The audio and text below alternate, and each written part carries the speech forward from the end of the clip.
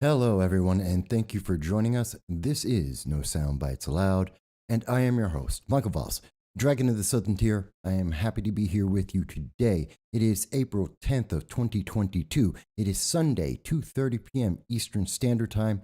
That means we are doing our Sunday live stream with you, reaching out across the globe to hear your voice, to hear what you have to say, because you matter. Your First Amendment rights are important, and we want to hear your voice, no matter what your government may think, no matter what the internet overlords think.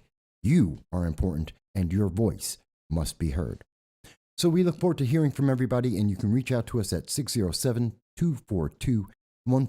You can call in from anywhere in the world to talk to us about whatever you think is important. And we're looking for, And we're looking forward to hearing your comments. And in fact, the first comment today is from John Cordisco, who also is a content creator, Cordisco's Corner. Hello, John. Good to see you with us today. And I'm looking forward to hearing from everyone. You can reach out on YouTube, Facebook, Twitter to reach us. I would like to say Discord, but that isn't possible anymore. We have been banned. They removed us. They wiped us off the map of Discord, and I don't know why. They refuse to give us an answer. Somehow, something that we have said that has been on this channel, that has been on YouTube, that has been on Facebook, and 7 other social media platforms, those words somehow became too poisonous for Discord, too dangerous for you to hear or to even speak about. And in my opinion, that means they just didn't like it. We hurt somebody's feelings. A snowflake melted, and they decided to shut us down on Discord, and they took down everyone else with us. It isn't so much, one of the things that upsets me about this isn't so much that they took me off of Discord, silencing your ability to have a conversation with me and others on Discord. No. It's that they decided to punish everyone else for something that they alleged I said, which they won't tell me what it is. Something that people voluntarily wanted to be part of, they decided was too dangerous for the people, consenting adults, to be able to accept, and they decided to shut us down and punish everyone for having heard whatever it is that I could have possibly said. And that's the thing that gets me. They're punishing people for hearing ideas, for giving their thoughts, for daring to have an unapproved thought. And I disagree with Discord on this. But I also need to mention, and I'm going to get to your comments, John, but I want to mention, this is a concerted effort to silence, not me, to silence you.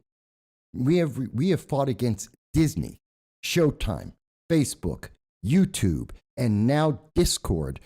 And this has all happened in the last month. In the last 30 days, they have been seeking to shut down this channel on almost every social media platform. And I have to ask you, why? After 15 years of political commentary, why are they now trying to shut us down? Because we're starting to get attention, because people are paying attention, because people like John, like yourself, are listening and making comments and exercising your First Amendment right. And that's why we are getting all these attacks, these content strikes, these attacks on our ability to reach out to you and listen to what you have to say. Now, I'm not saying that you have to agree with what we say. In fact, we listen to everyone. We've never stopped anyone from making a comment. But the social media gods, they seem to think that you even having an idea is so dangerous that it must be shut down, and that's what Discord has done. That's dangerous. So John says about this, I'm a naughty boy. And 2 more days, and he has 2 more days on his YouTube content strike until that comes off. We have many days until our YouTube strike goes off, and we have no ability at this point to be on Discord because they banned us. I tell you what, folks, it's again, this is a First Amendment issue for you, because if they are attacking us, we are in the top 63% of news content, of political commentary, and that's something that's important. We're above the pack. We're doing well. We're growing in our attention, our reach across the globe. And they are terrified that a black Hispanic Republican dares to say something that doesn't match the mainstream point of view. That you are willing to listen to a black Hispanic conservative Republican, and that is dangerous because that's not the way it's supposed to be. I'm supposed to be a Democrat. I'm supposed to toe the line. I'm supposed to say yes to anything. I'm supposed to be a yes man for the Democratic Party, and I am not. Nor am I a yes man for the Republican Party, nor libertarians, or any other group. And I ask you to also not just be a yes man or yes woman to your political factions, to ask them questions and to evaluate them on whether they are effective, efficient, and useful. And that's dangerous. And that's why they want to silence this channel, and more importantly, why they want to silence you. Discord struck us not because they were trying to harm me, because they were using this channel as an example to you. If you go out of line, you will be unpersoned. That's the message, to kill the First Amendment, to silence your voice by using me as an example, this channel as an example. And our answer is, we're not going to give up. They're not stopping us. We are continuing. It's not the first time we've been under this kind of assault, and it won't be the last time, and we're not going to be silent. Let me get to the other comments. John mentions, I was in a live stream on Rumble covering President Trump's rally with 4 other guys. It was refreshing to talk as we pleased. I think it's absolutely important, whether people agree or disagree, to be able to hear different voices. It's important. Donna, hello Donna, good to hear from you. Donna says, glad you are you, and we need more of you. And I need more of you. People like Donna, like John, like the many people who watch this program from around the world. For our audience in the United Kingdom, in France, Germany, Sweden, India, Peru, Canada, Mexico. That's just a couple of the places. Japan, North Korea, South Korea. I love that we have an international audience. Australia, New Zealand. These are just a couple of the countries that come to mind where I know we have had people who have called in, who have sent in messages saying they watch this program. Many people stay up because of the time difference, late into the night or early in the morning, just to be part of this audience and to speak with you. And they did that. Matter of fact, I just had a birthday on April 6th, and I was on for 12 hours straight. That is a long day, and I went straight to sleep afterwards. But it was a great day of being able to reach people around the world to talk about everything at length and to hear your comments at length. People came in and out of the conversation, and I thought it was beautiful. So yes, I am upset about the Discord ban that they have put in place for no reason. And when they do that arbitrarily, that's the part that gets me. They're punishing people arbitrarily. And that means there is no free speech. That is censorship. That is authoritarian rule. And it is dangerous to your life anywhere in the world. And we allow them to get away with that without making any comment, without trying to stop them. There is nothing else they can't do to you. John mentions, I watched for a while on the 6th. My therapy is going well. I'm glad for that. 6th was a great day, and I do recommend people, just check that out. We went through so many subjects and so many issues and so many comments on that day. It was beautiful. Let me get to today, though. And I'll get back to the Discord, and we can talk more about the censorship there and why it happened. But I also wanted to address a couple of quick things here. The economy, the United States economy. And yes, I will be getting to the abortion issue in a little bit. I know that's a big hot button issue, and we will be getting to that shortly. But I want to start off with something that I don't know a lot of people are paying attention to. Since the beginning of this year, we have been warning our audience and telling them, prepare for food shortages, prepare for inflation, prepare for a very difficult economy. In fact, we started warning about a bad U.S. economy and a recession back in February of 2021, February 17th of 2021 to be exact. And I want you to know that we're seeing this get worse. All of our estimates may be too little. We're seeing now that Walmart is now trying to incentivize truckers, as reported by the New York Post on April 7th, that they're willing to give $110,000 to new drivers. And the reason why they're doing that is that there is a shortage of truck drivers since 2020 that has been affecting America. Now, I want you to understand, this is bigger than Walmart. I don't care if you like Walmart or hate them, that's irrelevant. What is important is that Walmart, the biggest grocery store chain, this store is reaching out because there is a shortage. 80,000 drivers, truck drivers, are missing. We don't have them in the United States. Have not had them for about 2 years. And that shortage means whatever can be delivered in America isn't being delivered. Food, clothing, everything you need for your home can't get to you. Besides the fact that there's already a shortage of these items coming to the United States because we are a service country. We don't manufacture things anymore. And so we are beholden to overseas suppliers to be able to get these things across with tanker fleets, to bring that to the United States. But once we can get that here, we still can't get it to your store.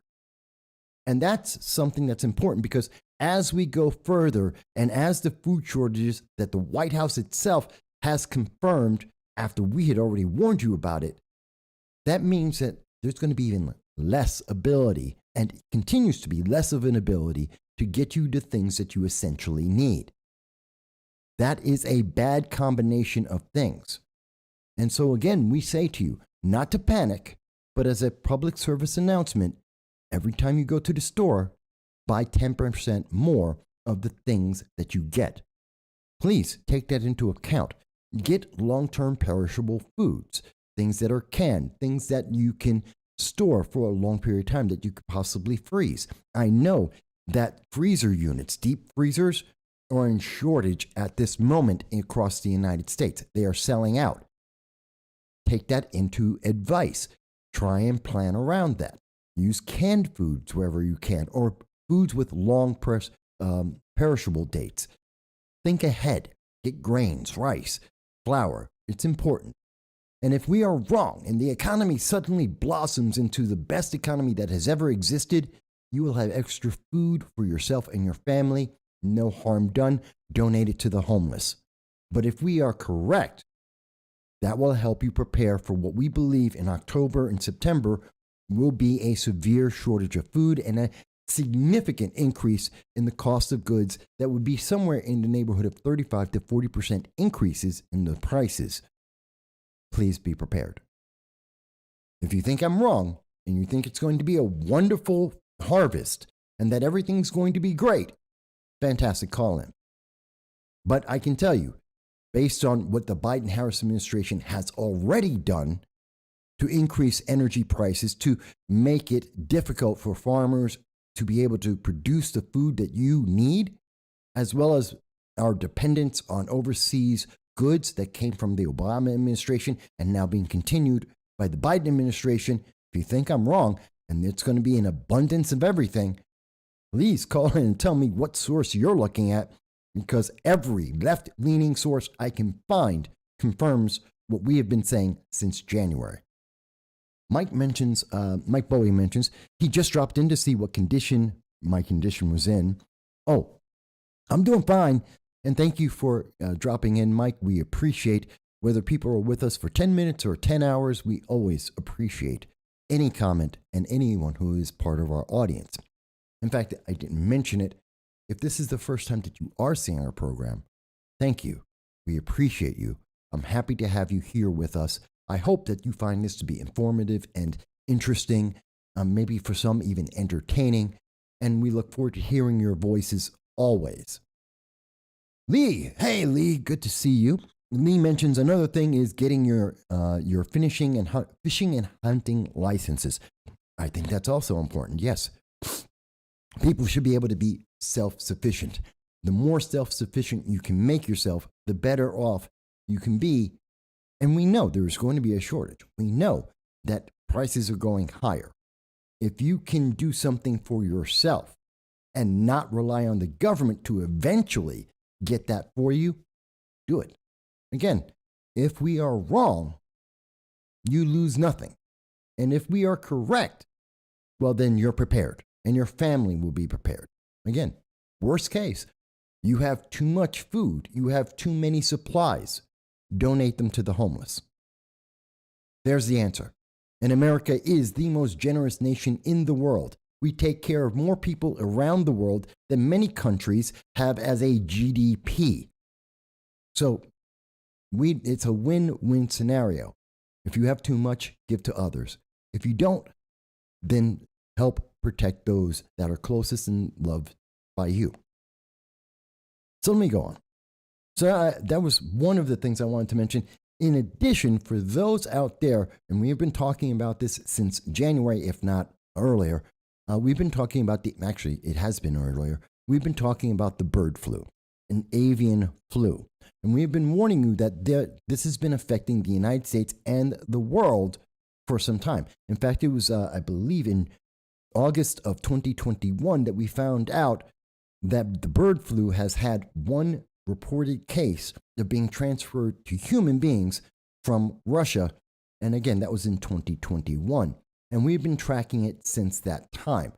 The latest news on that we have been able to find is that the strain of bird flu, which is affecting 15 states in the United States at least, has also been in Vermont, as well as New York, as well as Wisconsin, Montana, North Carolina, and many other states.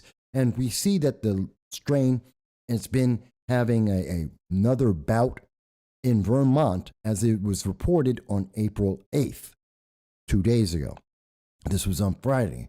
So for everybody who has chickens in their backyard, and I know a lot of people have been getting that, having their own little backyard farms, being more self-sustainable, excuse me, across this nation, if you are, especially in those 15 states, or even if you aren't, please be aware there is a bird flu that is going around. It is affecting bald eagles. It is affecting hunting birds, as well as poultry like chicken and ducks.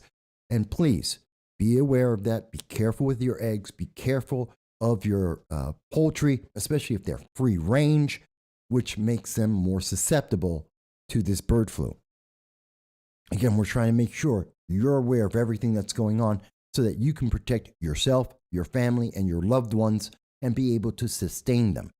And I don't think a lot of news media is telling you about this because they don't want you to think, oh my God, the price of eggs is going to go up. There have been millions, tens of millions of chickens and ducks that have been killed, turkeys that have been killed to date since January. And the price of eggs, the price of chicken will be going up higher as we continue to see this bird flu affect people.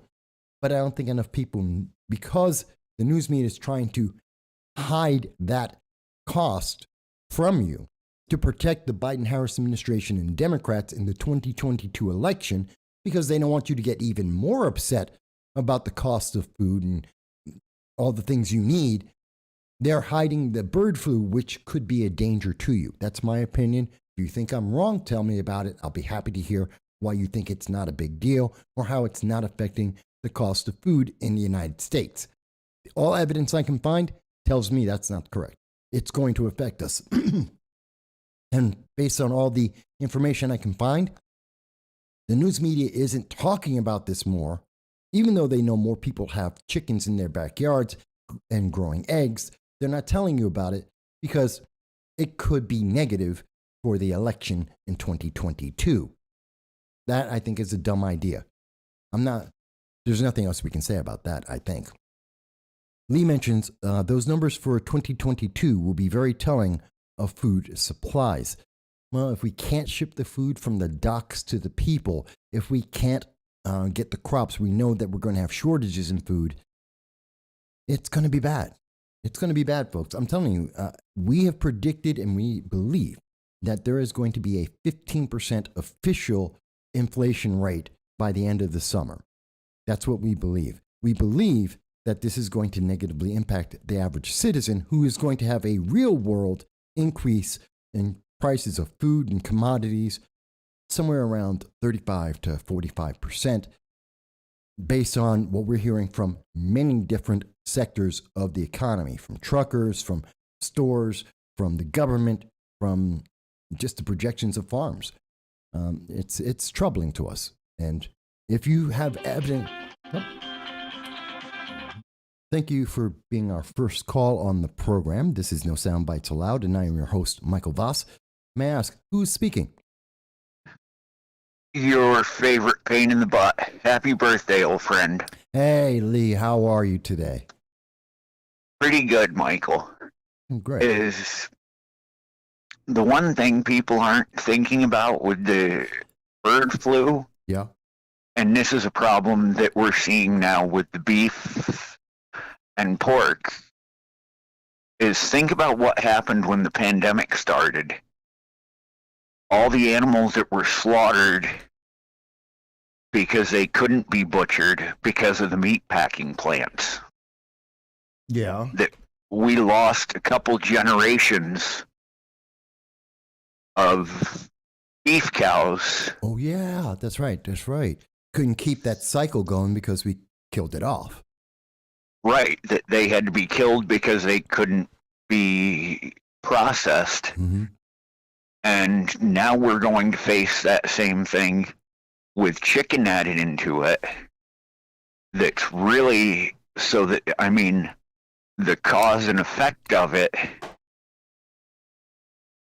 is, the one nice thing about chickens is we can actually counterbalance that, because you really don't need that much space to have a couple chickens in your yard. Right. You know, it's kind of harder to have a house in the suburbs and a pig or a cow roaming around the block. The neighbors tend to frown on it. Yeah, I've heard from a few people who have pigs. They're trying to get pigs in a couple of cattle for their own homes, and there's a lot of local regulations that are stopping from doing that across the country. But chickens, they are definitely on the rise.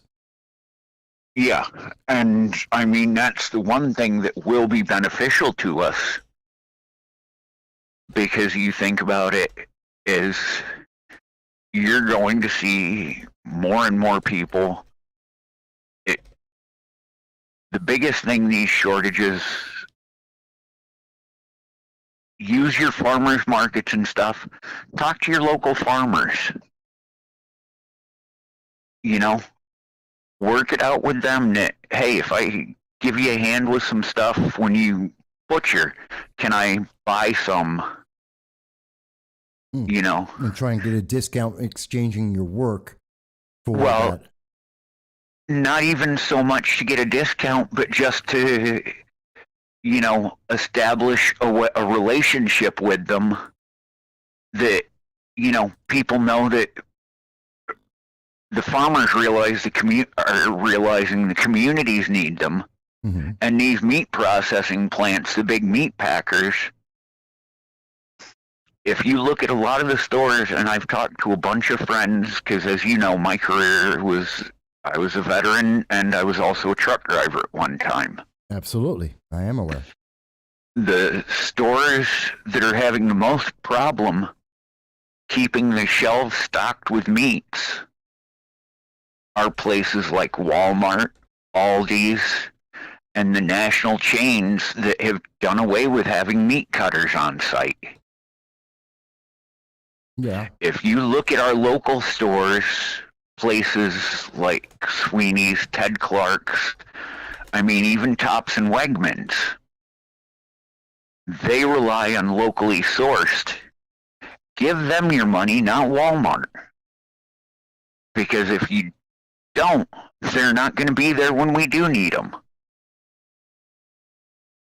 And that's what I know. Several years ago, there was a thing about, when Walmart was really starting to get into the grocery business, of a store down in a family store. I'd seen ABC News did it, but it was down in North or South Carolina that they closed their store in September, and in February or March, Walmart said that, the location isn't enough for us to be profitable for what we need, and closed it, and left this town with no groceries, that they had to go someplace else.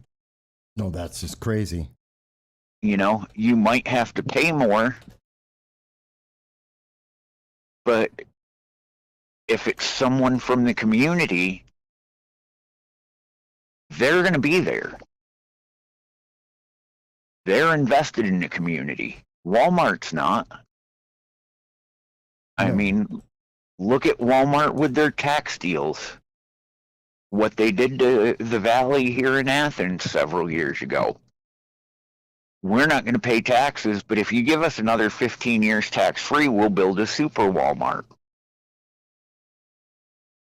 And so you're literally paying taxes in order to be able to shop with them. You're paying for them. Which is kind of productive. I prefer the local mom and pop butcher to Walmart or any of the big chains out there. You get better food and you get to know them, and you can. I trust my meats better from a local butcher than from any big chain, which God knows where they're getting the food from. That's my opinion. Well, we've got some great stores in this area. Between Sweeney's and Appalachian, Ted Clark's in Waverly, there's Woody's Country Market in Gillette, or Gillette, however they say it. But there's also like Dottie Lou Meats that does processing for the farmers, and others. People need to look around for what's out there. All those places have pages on Facebook and stuff, and announce the deals that they have, that you can. It may seem like you're paying more for what you're buying, but in reality, you're getting a heck of a lot more for your money than you do at Walmart. True. And you're getting better quality. No, you're right. And I agree. And I don't think enough people talk about, I know there isn't enough conversation in the United States about this. People are not being told to prepare. And that kind of scares me. Are you hearing, Lee, people talking about preparing from anywhere in the nation or anyone that you know of? I know a lot of people that are. People are starting to take it seriously. And as I said, talking to friends, some that you know, but others from different regions, that they're seeing the same thing with stores. And I mean, we're lucky locally that we have the agriculture available to us in such quantities if you look for where to find it. You might have to do a little research. But it was like the biggest, one of the biggest things that turned people around about shopping locally? What's that? When Walmart and Dick's went woke about guns. Yeah, the gun bans have been crazy. Well, the thing they've done, though, is they've revitalized local gun stores. And I think it's kind of funny that they thought that they'd limit access that way or be able to control the supply. And people just said, oh, I can't get it from you, I'll go someplace else. And it's helped not only the community, but it's helped the firearms industry. Because they've got, instead of the cheap guns that they used to make for Walmart and Dick's and them, they're not making as many anymore. They're making the quality pieces instead of the bulk store junk, which it was in a lot of cases. And it's been for the better for people. And like now that farmers market seasons are coming up, I mean, if you got the time, hit them, people, because you can get some of the best stuff, and you can find stuff at them that you can't in Walmart or most of the big stores. There's some great ones, and if you ever, I'll put together a list of them to send to you that you can give out to your listeners, because, you know, it might be a little bit more money, but if you get better quality and the supply is there, it's worth every cent. No, I think so. And the other thing is, you might pay more, but it also means that the farmers are still going to be there. And they're going to need us. Because if you buy from them direct at the farmers markets, you're not paying it to Jimmy Dean or Smithfield or Oscar Mayer or whoever for the big meat processors. That's money going directly to them and to local meat processors. So that, and with the cost of fertilizers and fuel and seeds, everything going up, farmers are going to need that help. And to help them is to help ourselves in the long run. I agree. Absolutely. And I look forward to getting those links. Don't try and put it in the YouTube, because there is a block on links that come into the live stream. But send it to me and I'll put it up there. I'll make sure it's up. Yep, I'll DM it to you so that you've got it and you can do a post about it or whatever. But you know, rant over, and as always, it's a pleasure talking to you, old friend. Absolutely. I'm always happy to hear from you, man. All right, take care, Michael. You too. Thank you. Okay, bye-bye. Bye-bye. All right, folks, as you can see, that was our first call in today. That came from our good friend Lee, and a great veteran, a great friend of mine. I've known him many years. But you too can call in from anywhere in the United States or the world to 607-242-1582. For some reason, hang on one second. Okay. For a moment there, it seemed YouTube was blocking all comments on the channel. I don't know why, and I just noticed it, so we wanted to make that aware. I see that John mentions they kicked the can on slavery for decades. Disaster. They kicked the can down the road on abortion. Is disaster coming? We're going to get into that, John. We're going to get into that. But I thought it was important to talk about. It's a public service announcement that we've been doing on this program, and we start off with that to let people know you got to be prepared. And that will be essential going forward. And there really isn't enough on the local news or the national news talking about this, saying be prepared, not panic, but be prepared. So I know we want to talk about the Iran nuclear deal, with terrorism, transgendered laws in Oklahoma, in Alabama, abortion in many states. Going to get to that, folks. And I want to talk to you about how these things are connected, how they're going to affect the rest of the world too, in my opinion. But I want you to understand that we have a lot of races that are going on right now across this nation. And I want you to be aware that there's going to be a big deal about this. This is important because the new lines in most states because the census have been redrawn. As an example, in my community, where we don't have the local news isn't local. The Binghamton Press and Sun is not a local newspaper. Most newspapers aren't anymore. But they are telling us about the Broome County race where we have, and I want you to know, we reach out to candidates across the country to cover races. If you're seeing this and you're concerned about the Broome County sheriff race with Republican Fred Akshar and former Republican, now Democrat Kathleen Newcomb, please, we've interviewed both of those candidates. Please just type their names into the channel. You'll be able to see those interviews. We have interviewed Sophia Resinetti, and we want you to look that up. You'll be able to find out more about that candidate. We're happy to tell you about it, as well as Democrat Donna Lopardo, who's been on this program before. So you can find out about them.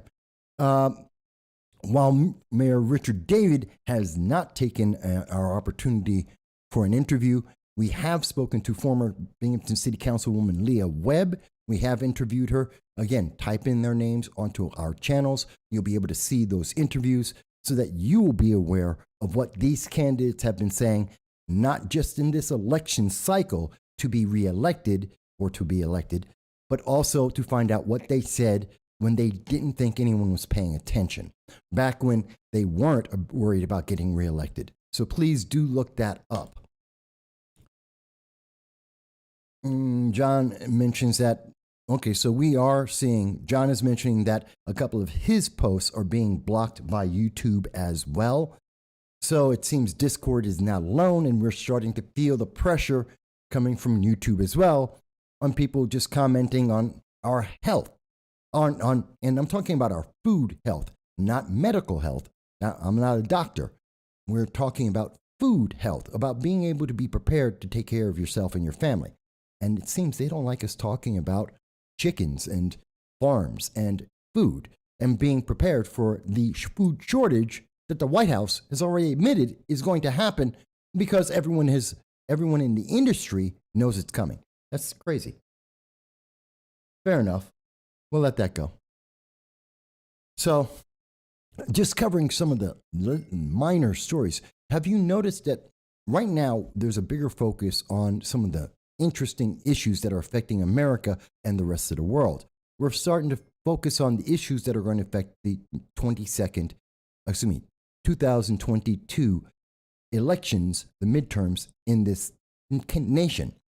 And that's happening because we're no longer being distracted by Chris Rock and Will Smith. We're no longer being distracted by things like Ketanji Brown Jackson, who sadly is now a Supreme Court justice, as we expected, which was shocking to me, I have to admit. It was really shocking to find out that while it was expected that Mitt Romney would vote with Democrats, no shock there, but it was surprising to find out, oops, I'm on the wrong story here. I had it, okay. Well, I'll bring that back up. It was surprising to see that there were two other Republicans, it was Collins and Murkowski, who actually voted for Ketanji Brown Jackson to become a Supreme Court justice. Now, my problem isn't that she's going to be that she isn't Harvard educated, she's been a judge, she's been on the appellate courts. It's that she doesn't have experience in the appellate courts. It's that she, in the 9 months she's been was a appellate court judge, she had 3 of the cases she's looked at overturned because she was an activist judge. She overreached her position because she's very kind to pedophiles, criminals who have been convicted of pedophilia, who admitted their child pornography and pedophilia. And she's very light on them because institutional racism. I'm sorry, I just don't agree with that. And I think that's ridiculous. And it's out of line with the majority of judges in the United States. Activism is not a good thing on the Supreme Court, in my opinion. So I found that to be very interesting, especially when we see what activism does. And I agree with you, Mary. Thank you for being on the program, Mary. I agree. Romney is not effective. I would say Romney and Murkowski very often, and Collins as well, are they being effective? are they acting in the best interest of the public, or are they acting in the best interest of what's going to get them reelected? Well, this action with Justice Jackson seems to indicate that they're more concerned about reelection and how they look in the news media than actually doing the best thing for America. Because I don't believe Justice Jackson is the best thing for America. There are more qualified black women who are Democrats that are in the system, that have the experience, and they just happen to be over the age of 55. But they are far more qualified than Justice Jackson. They should have been picked instead if the requirement had to be just black women, which I think is also ridiculous, because that being black and a woman is not a qualification in and of itself. It's an inherent fact of life, but it has nothing to do with whether they're good at their jobs or not. It doesn't tell you if they're effective or not. You may disagree. I'm perfectly happy to hear from those who support Justice Jackson and say why she's going to be good at the job. I don't see evidence of that. I'm happy to hear someone who thinks that there is evidence in her record that says, oh, she's going to be fantastic. And I want you to, and anyone who believes that, fantastic. I don't care about your opinion. I'm not asking for your feeling. I'm asking for facts. If you have something that factually in her record shows how she's going to be good for America, I'd love to hear it, because I haven't seen evidence of it. That being said, let's talk about justice. Let's talk about America for a second. Let's talk about Jussie Smollett. This was a big distraction in America for a long time, because we had the hoax, the proven hoax of Jussie Smollett, using race relations to inflame emotions to try and get a political outcome. That is a fact. It's not a question. It's not in dispute. It's been investigated. We know he is a liar. We know he was trying to use your emotions, your feelings about race in America, to be able to get himself a better contract for a TV show, which is about as selfish as you can get. And I understand he continues to say, well, I'm innocent, because he wants to be on a TV show. He wants to be a Hollywood celebrity, and he is getting support from BLM and Antifa on this false narrative of racial insensitivity, racial disparity in America. It goes in line with their ideology. By the way, we know that BLM has its own issues with millions of dollars being used. Your money, people who donated to BLM, is being used to buy the BLM members' houses. Multi-million-dollar mansions across the United States and in Canada with your donations, something they're being investigated for. Why? Because they are socialists, and they so hate the capitalist system that they took your money and bought themselves homes. So that's the people who support Jussie Smollett.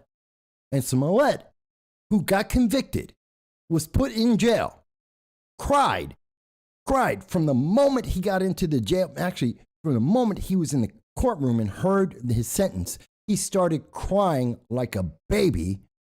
And because he cried, and because he's black and an entertainer, he got let out of jail in 6 days. Here's the thing. You go ahead. You get arrested, get convicted of a crime that is obviously something you did. You got caught, and you get convicted and you get put in jail.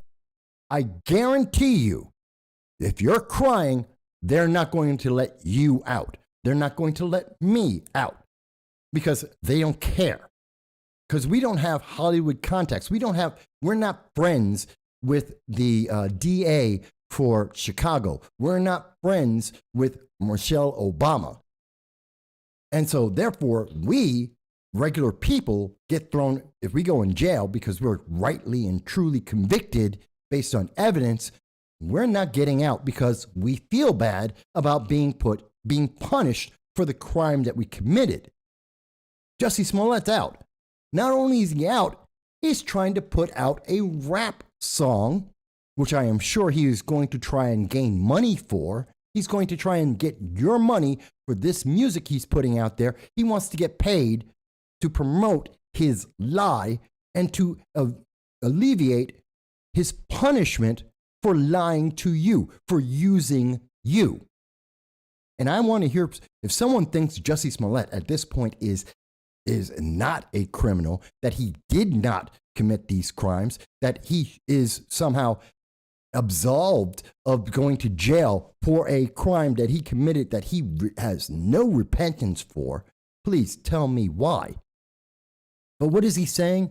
What is he trying to say? Well, he wants to have this rap song, Thank You, God.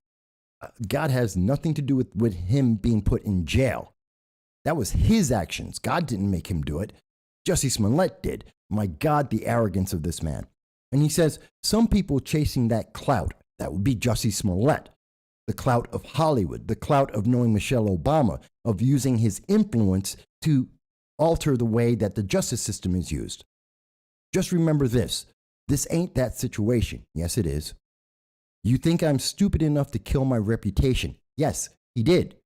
And he thought we weren't smart enough to figure it out. He thought he was smarter than the average person in America.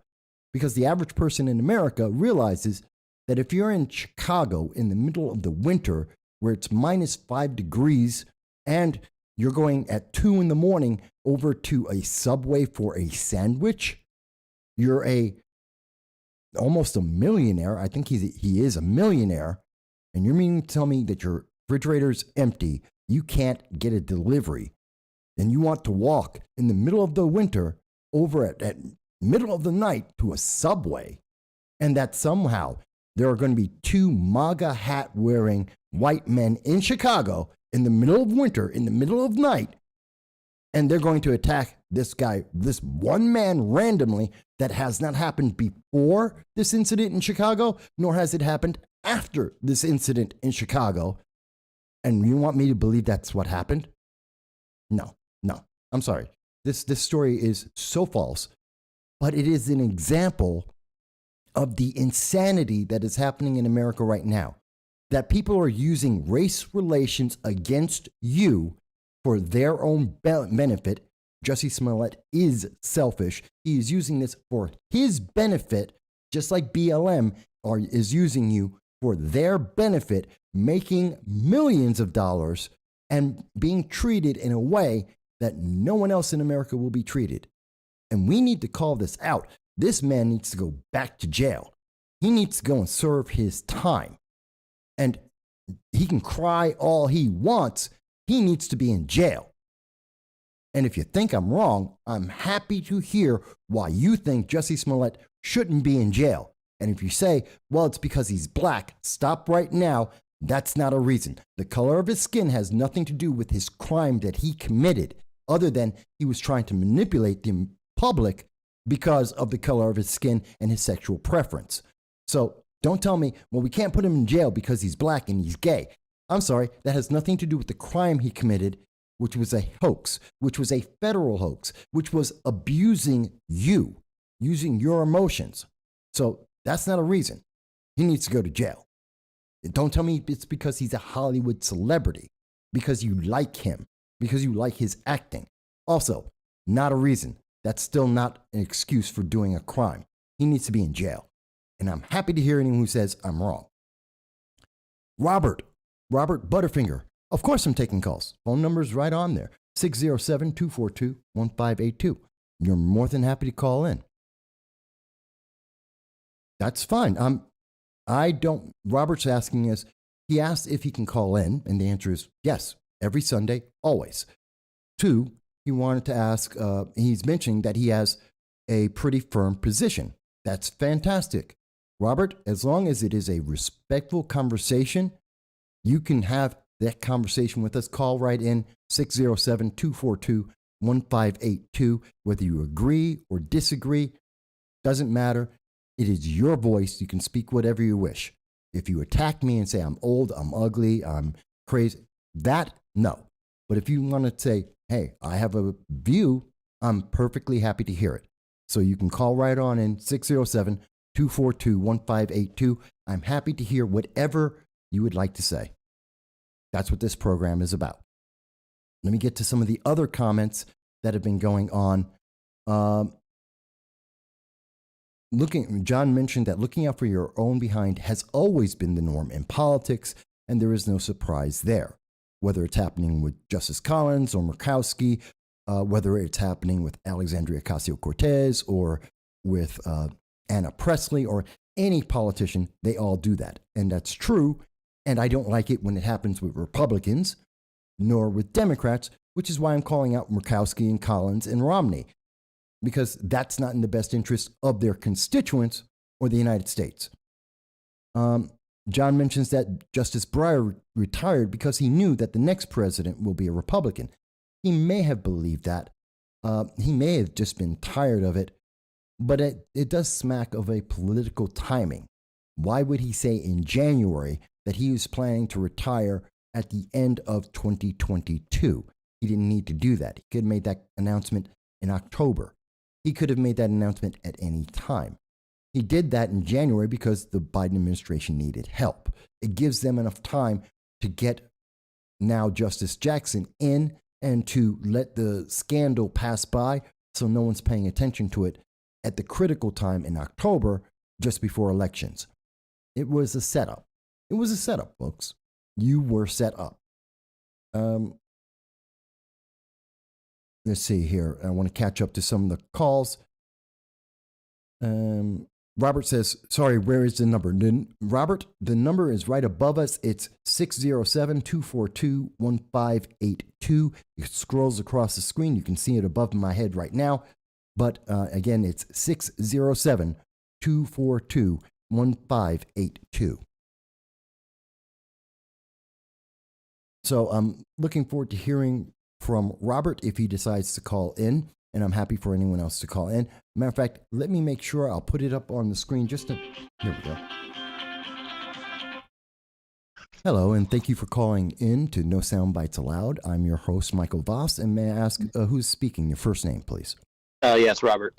Hello, Robert. Okay, you are able to call. Thank you for calling in. It's the first time I think you are on the program. Thank you, and I appreciate you being civil. I actually just got off several streams that were pretty heated, so... Well, sometimes that happens here too, but I try to be, as long as everything is respectful, I love to hear people. Oh, for sure, yeah. So yeah, about the whole transgender thing. For me, sure. Go ahead. No, I said sure. Go ahead. Mm-hmm. Live your life the way you see best fit, mm-hmm. obviously. However, when it comes to sports, I just, based on, I'm doing it strictly based off of biology, so... Mm-hmm. Men having many advantages over women in the sense of, musculoskeletal tissue, mm-hmm. VO2 max, oxygen, maximal oxygen uptake. I don't know if I should go down that rabbit hole. There's many differences that give men the advantages, and that's that's the main reason why I think not only is it not permissible to allow men in women's sports, but also imperative, because that's kind of my position. I don't know where you stand on that. Let me make sure I sum it up properly before I go further. So it's your position that there is a biological difference inherent in males and females, and therefore, especially in the reference of sports, many there differences, should be a separate, not just one, many differences. Okay. So that's one of several issues, and so that therefore means, like Leah Thomas, should not be able to compete in women's swimming and should be restricted to men's swimming because of those biological differences. Is that correct? Is that fair? Yeah, swimming, running, especially combat sports like MMA. Okay, contact, not necessarily combat, but contact sports, you're saying? Correct. Okay. And I don't disagree with that. I absolutely believe, and we've said this on this channel many times, there is a absolute genetic difference between men and women. There are two genders, male and female, with not transgenders, hermaphrodites making up approximately 0.1% of the population. That may be slightly off, but it's in that realm. So there is that slight difference, but essentially there's male, female, period. Mm-hmm. And therefore sports and other situations in our lives should be different. So let me ask you this. There is a movement in America that disagrees with that. Okay. Of course. And that movement believes in allowing someone to say, at this very second, I can say, I am a toaster. I swear to God, you can say, and people have said, they're toasters, they're cats. I'm sorry. Did you say like it's a little bit choppy, like toaster, as in you put like a piece of bread? Yes. And Yes, you heard me correctly. really? Yes. Okay. It's in the news. It's been reported in the news. There are people who have claimed that they are transhuman is the term that is used, where someone believes they are an animal, a inanimate object, something not human at all. That is a fact. And they are requesting the same treatment as those who say they are transgender. See, once you open the floodgates, everything is permissible. So let me ask you, there's been a lot of programs, I was going to talk about it a little later, in Alabama and several other states, they're now saying, in Florida, you cannot teach children in 5, 6, 7, 8-year-olds, you cannot teach them about being transgender in a classroom. Do you agree with that? 100%. Absolutely. And here's why. Let me support that. So Sure. I don't think it's the school's job to, I feel like that's a principal thing. And in terms of transgender and sexuality, I think there's an appropriate age to learn that, but I don't think kindergartners and up to third graders or whatever developmentally should be learning that kind of stuff. And I feel like it's also very, I'm not as familiar with that as I am like biology and sports, but I just feel like it's very politically charged, and I just don't like the idea of that at all, especially with like Disney going that direction, potentially having. So no, that's fair. And let me ask you, and I understand you may not be as familiar. My job is to read all this stuff. I understand most people don't, so that's fine. Let me ask you, you said 5, 6, 7, 8 should not be taught, let's call it sex education, because based on the laws that have been put through in many of these states, it's sex education, which would be straight, gay, whatever kind of sex you want to talk about. It doesn't matter. It's all banned. So it's not just gays or transgender, it's heterosexual sex as well. Oh, I don't know about that. No, that's what the law, see, now that's something a lot of people don't hear about. The way the word, especially the Florida bill, but others, and especially in Alabama, it says specifically that this is sexual conversations about sex, talking about sex, any sex, with children 5, 7, 8 years old is to be restricted. Yeah. I mean, I'll take it. Hold on one second. Sure. I think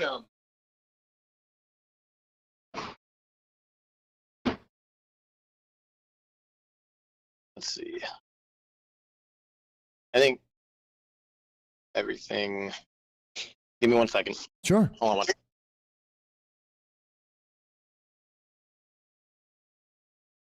And again, folks, I want you to understand, I am not picking on anyone. I'm just trying to hear. This is a question I don't think anyone's asked before. And Robert, I was just letting people know, I'm not picking on you. I'm not picking on anyone. I don't think anyone's asked this question. So that's why I'm asking what you think. Okay. So I think there's a couple things we have to ask ourselves. Is it rooted in science, biology, sexual reproduction? If it is, then I'm all for it. If it's politically charged and has an agenda, then I'm against it, right? Okay. And I think everything has age-appropriate time to teach it. For example, I grew up in a really big Jewish area, and I come from a Jewish heritage, so should I be able to watch Schindler's List when I'm 5 years old? Probably not. 14 years old? Sure. I think everything has an appropriate time and date. I don't know if that's kind of the logic I'm kind of going by. Is it based in science? Go ahead. It makes sense, absolutely. So would it be fair to say, and I don't want to put words in your mouth, but that parents should be more involved in deciding when that date is, or should that be something decided by legislators in various states? No, I think legislation sucks at everything when it comes to getting into personal life. I think principles should come first from your parents. and secondarily from schools, if any. I think parents should be the one that's being directly involved. I know I can speak for myself. I know I'm directly involved in, the principles my kids learn. Mm-hmm. So I don't see why it'd be any different for anyone else. No, that's a fair position, and I'm thanking you for asking that. By the way, may I ask, and you don't have to answer this, what state are you in? Arizona. Okay, Arizona. Mm-hmm. And I'm not familiar, but to my knowledge, Arizona at this moment does not have a transgender sexuality bill in place at this time, like Florida. I don't think so. I don't think so. Yeah, I know Oklahoma, Kansas, Alabama, Florida, they have it, but not in Arizona at this moment. Okay. I assume not. Okay.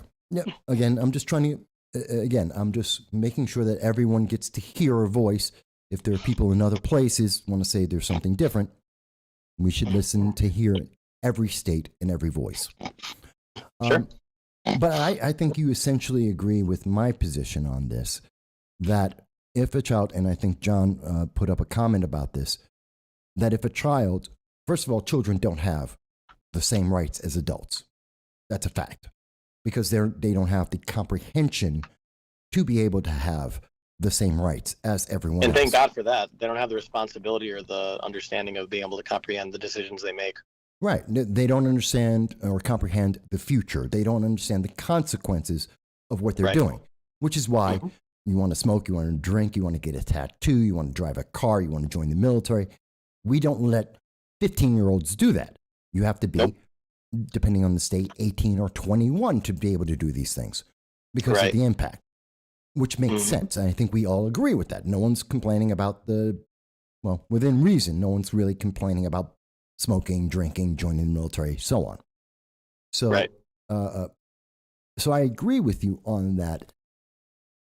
I have to ask, how do you feel when you hear from you're hearing from mainstream news media, you're hearing from entertainers in Hollywood and people who play sports for a living, and they're telling you you're wrong?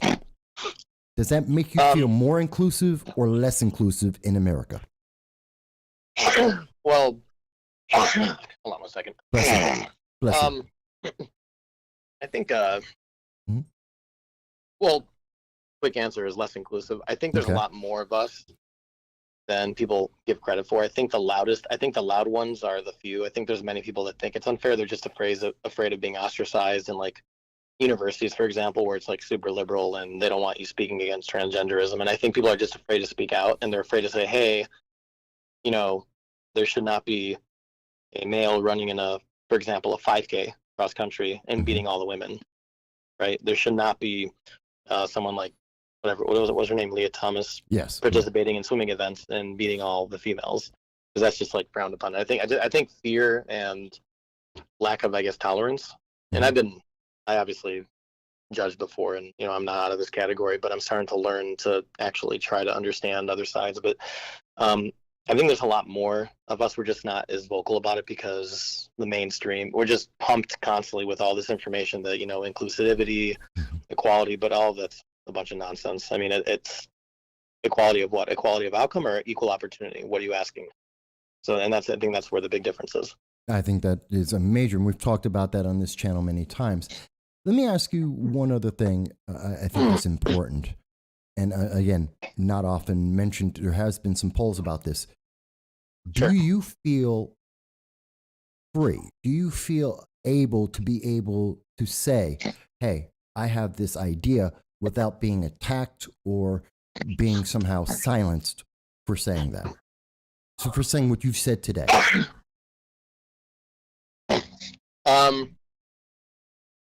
Well, so at work, obviously, no. Okay. There's restricted things. I depend on money at work, and I'm not going to say anything that potentially could be contentious with anyone else in the workplace. With that being said, if I'm on my own and I'm in public and I have no ties to anyone, paying my salary or tucking my kids to bed at night, and even people who do tuck my kids to bed at night, I'll even have disagreements with them. I mean, I really don't give a hoot what they think. And I know my wife kind of gets annoyed by this because she's like, Boris, you're so vocal. But it's just At work, let me ask you, at work, so you don't say anything.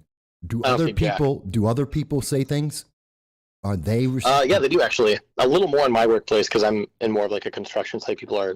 I don't know if you ever worked with construction guys. They're kind of Yes, I have. blunt. Yeah, I know. But I'm asking, are they feel more free to say things from a left-leaning point of view, or is it right-leaning, more leaning to that, or is it a mix of both? Is that I'd say it's a little environment? more. Yeah, I see what you mean. Mhm. It's mixed. I'd say half and half. Okay. Because there have been studies that have been done. I think it was Politico, I believe, did one. I believe it was YouGov had done another, saying that most people do not believe that if they are right-leaning or centrist, that they can speak freely in America. Wait, say it again. Left-leaning- You said white, I believe, or No, right, as in right left, leaning. Oh, yes, gotcha. right-leaning as in left or right. So if you're more right-leaning or centrist in your point of views, oh, for sure. polls are saying people feel less like they can speak. Well, I mean, I experienced this in the last stream, and one of the things I do, and this is kind of the overarching theme as to why I do this. Sure. I'll purposely try to go on streams that vehemently disagree with me, just to kind of learn how to negotiate and learn how to be civil. Of course, I can't guarantee that from the other side, but once you say something even mildly contentious, such as, you know what, I don't think that biological men should be in women's sports, like they just get all over you, and it's a good way to really try to remain emotionally stable and calm and not allow that. But I mean, I definitely experienced it. Oh, for sure. Okay. Well, it's interesting. Not everyone is aware that these conversations are happening, or how other people, we're often made to feel like you can't speak about it, or if you do, you're the only one on that point of view. So that's Right. always, and that's something we disagree with on this channel. We know there are more people, just we are not meant to feel like there's others out there. We're supposed to feel isolated, and I disagree with that. Was there, and I know we're going to be talking about a lot of other things and this in more detail, Sure. but I want to give people a chance to call in. Is there anything else you wanted to mention before I let you go? Excuse me once again. Mhm. Yeah. I've always, just my whole life, I come from a bigger city, and I've always been a little more left leaning. And Mhm. I think since COVID, I think was the catalyst that kind of really got me thinking, like, okay, how bad are things? And just starting to look at the news, and something just wasn't congruent inside me. Something I just didn't seem right, and people were getting more polarized, and I just began, I don't know if you want to call it thinking for myself, because I don't even know if I have the best sources, but something just really inside me started thinking, especially being in teaching for about 8 years, that there's just less and less tolerance. And I think one of the biggest lost form of art out there is having a debate and being able to disagree on a good sportsmanship level. It's very hard to have a disagreement with someone and not be emotionally charged. So, for example, Mhm. I don't agree with abortion, say you do, and then I attack you as a person, not the argument. I'll say, oh, well, you're just an old man. You know what I mean? Yeah. It's very hard for people not to go there. And that's kind of what I found. And it'd be nice to return to a place where people can actually critically think and have some form of tolerance, especially at places like universities where they just don't have any of that anymore.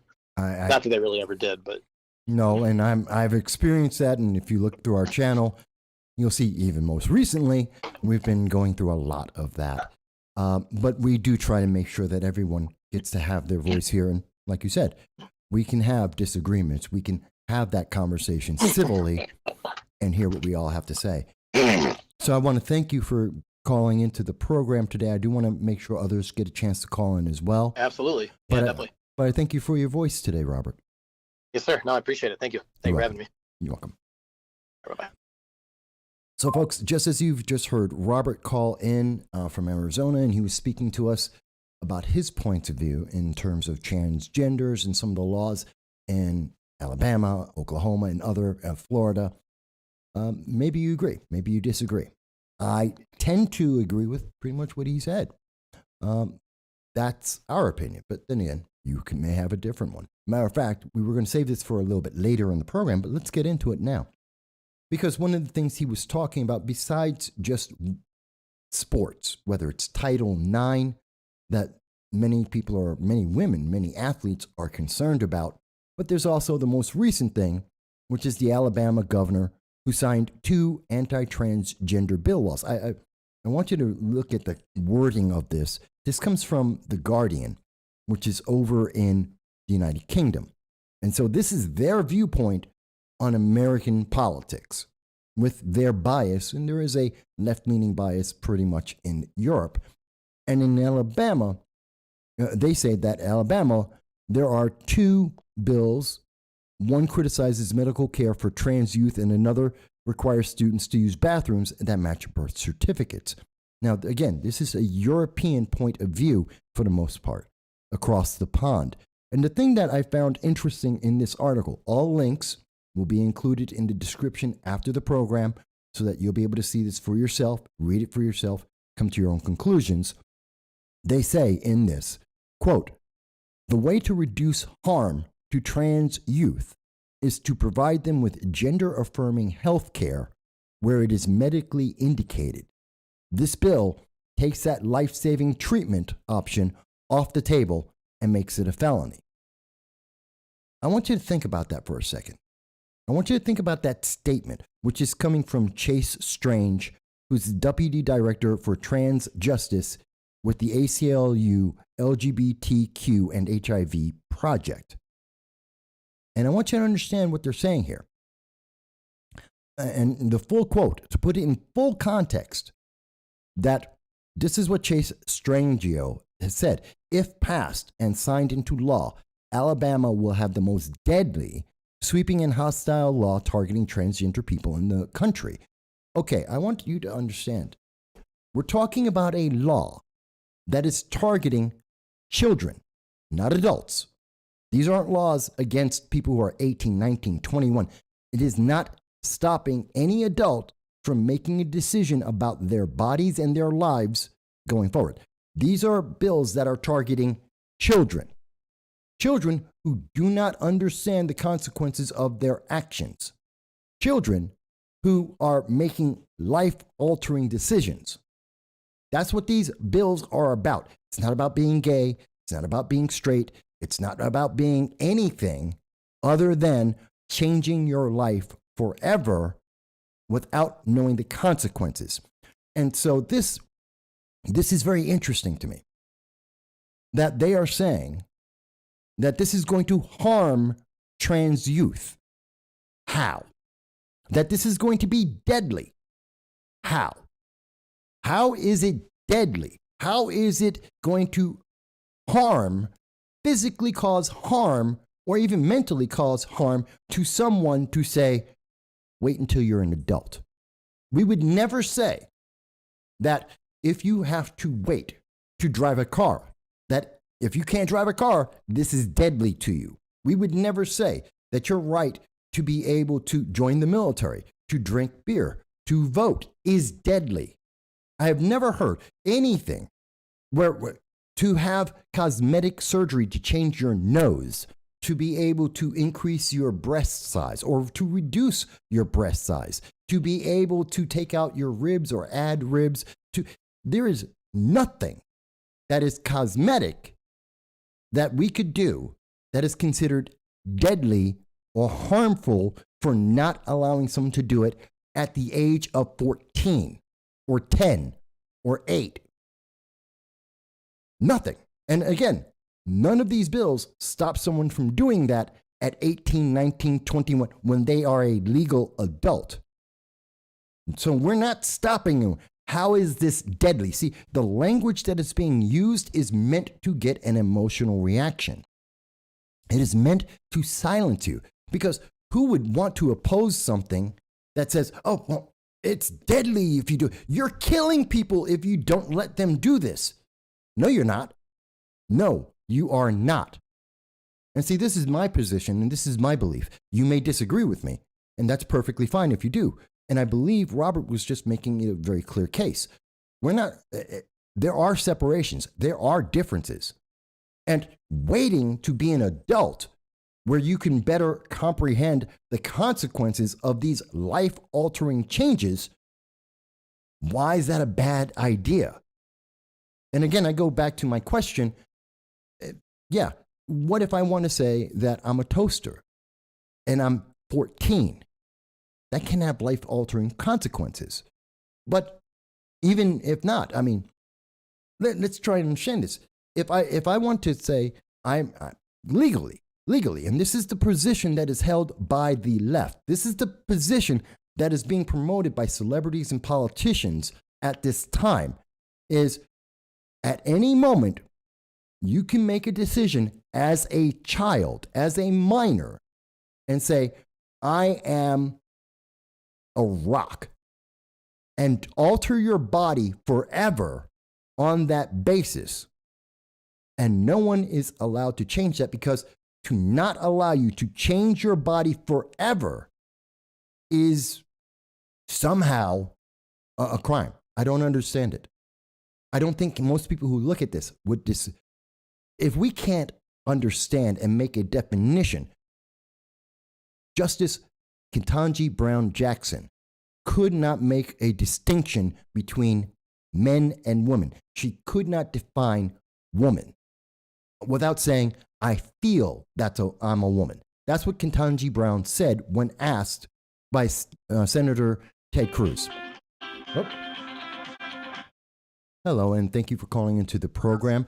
This is No Soundbites Allowed. I'm your host, Michael Voss. And before you start, I would like to ask, what is your first name? Jason. Hey, Jason. Jason, give me 2 seconds to just finish your thought here, and then I'm going to let you go, okay? So, Senator Ted Cruz asked our now Supreme Court Justice to define woman. She could not do that. And we cannot separate male and females in sports. If we can't come up with clear answers on that, why in the world would we allow children who can't understand the consequences to make life-altering changes? That's a thought and I have, and that's my position. But yes, Jason, thank you for calling in. I'd like to hear what you have to say. Hey, how's it going? I'm all right. Yeah, I mean, the whole notion that these children are being put at harm with not being able to fulfill their transition at 5 years old is driven by research from so-called experts, the ones who've been pretty much, making decisions in our entire life during the last 2 years, constantly flip-flopping on what the best methodology is in those, circumstances are. And the main thing is that they want to put fear in parents, heads. And a lot of the parents who have children who are transitioning, they are more liberal.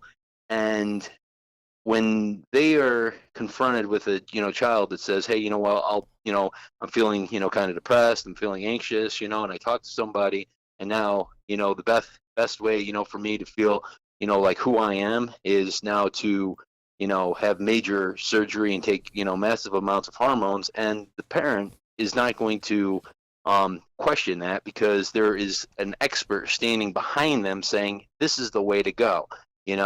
This is what you need to do to prevent your child from committing suicide. And the scary thing about it is that when you actually dig into the data on the research, of the experts that derive the data of the transitioning and how it actually prevents suicide, it is actually being done by companies which actually manufacture the hormones that are being prescribed to these children. Well, before you go further, I think it's important to mention that there are studies that have been done, and it has been found for decades that approximately 40% of those who go through gender reassignment, that go through this transition, they transform their bodies permanently, they commit suicide. 40%. It's the highest rate of suicide of any group of people consistently for decades. So there are issues with the process which you're bringing up. So we're hearing one side say, well, it's dangerous because kids will commit suicide if they don't get allowed to do this. But that we have confirmed data for decades saying 40% of the time, this will lead to suicide as well because of many reasons, which is tragic. So I just want to make sure people are aware of that. Go on. Yeah, and another thing too is that the individuals who have taken hormones and had surgery done on their bodies, then have decided to detransition from that lifestyle, find their life to be extremely, lonely and filled with hatred from those who are still, transitioning or within that sort of community. You can't leave without being bullied. And, this will circle back all the way to the situation with Discord and getting that whole thing shut down. Not only, places like Discord, but you got Reddit as well too. People who want to start groups and have conversations about their detransitioning from their transgender lifestyle, that is actually seen as being hateful and harmful, and those things are taken down. So people who are actually looking, for, a community to actually get help and, mental help and actually go in a direction to, confirm their identity and then go the opposite, they can't find that. It's being taken away from them, They don't have that voice, and that is dangerous, and that needs to be changed and that needs to be fought for. And, as far as, again, going back to the situation here where you had Discord there, I actually myself was, subscribed to your channel there, but that was not the only thing that I actually was part of when it came to Discord. And my biggest situation is that I had multiple, things that I actually used, from a business sense as well too. And all of a sudden they just pull the plug on me, and I'm just like, whoa. You're not going to tell me why, I just happen to be part, of a group, and you're going to disconnect my entire, business, my entire social network, when it comes to that sort of thing, without any sort of explanation. They offer a platform to get you enticed to use it because of its ability to grow wealth and to actually communicate and to do those sort of things. So they want that because they're actually making money off of you using their platform, and they're using you. And then all of a sudden, if they don't feel that, you're useful to them anymore, then basically they just cut you straight off. And the worst thing about this is that sort of behavior is extremely predatory when it comes to, just the corporate, mentality. Because the thing is that if you have a company that is offering a product, and Discord was good. I enjoyed the platform and I liked it. And the thing is that what it does, it dries up the competition. They kill their competition out, and then they start to behave like this, where again, there's nowhere else to go to actually, hear your voice. And then, to do that, once they cut you off at Discord and Facebook and Twitter and all those social medias, there is just nowhere, for your voice to be heard. And then on top of that, though, is that there is no sort of due process, because their terms of service are whatever they want when they want, and they can just, cut you off. And unfortunately, because they have entrenched themselves, with honestly the only form of First Amendment communication today, which is social media, they just crush your speech, So it's like, it's just insane. Well, let me. I want to address that. Let me take a step backward to what we were first talking about. First, I want to ask a question. Let me ask first, and you can answer this or not if you wish. Do you have children? Yeah. Okay. Do you want to mention what state you're in? New York. Okay. So we know the laws of New York State. You're a parent. Fair enough. Is there anything at any point in time in raising your children, whatever age they may be, where you have said, no, you have to wait until you're older to do that? Has that ever happened? What do you mean? Have I had to tell? Have you ever had to tell your child, for whatever reason, the child wanted to do something, and you said, no, wait till you're older? Personally, no. Okay. I haven't had that conflict where, okay. Are you It's just- aware of any parents who've ever had that conversation with their kids? Yeah, I mean, parents have it all the time. It's where you're gonna wait until you're older to do that. I mean, look at.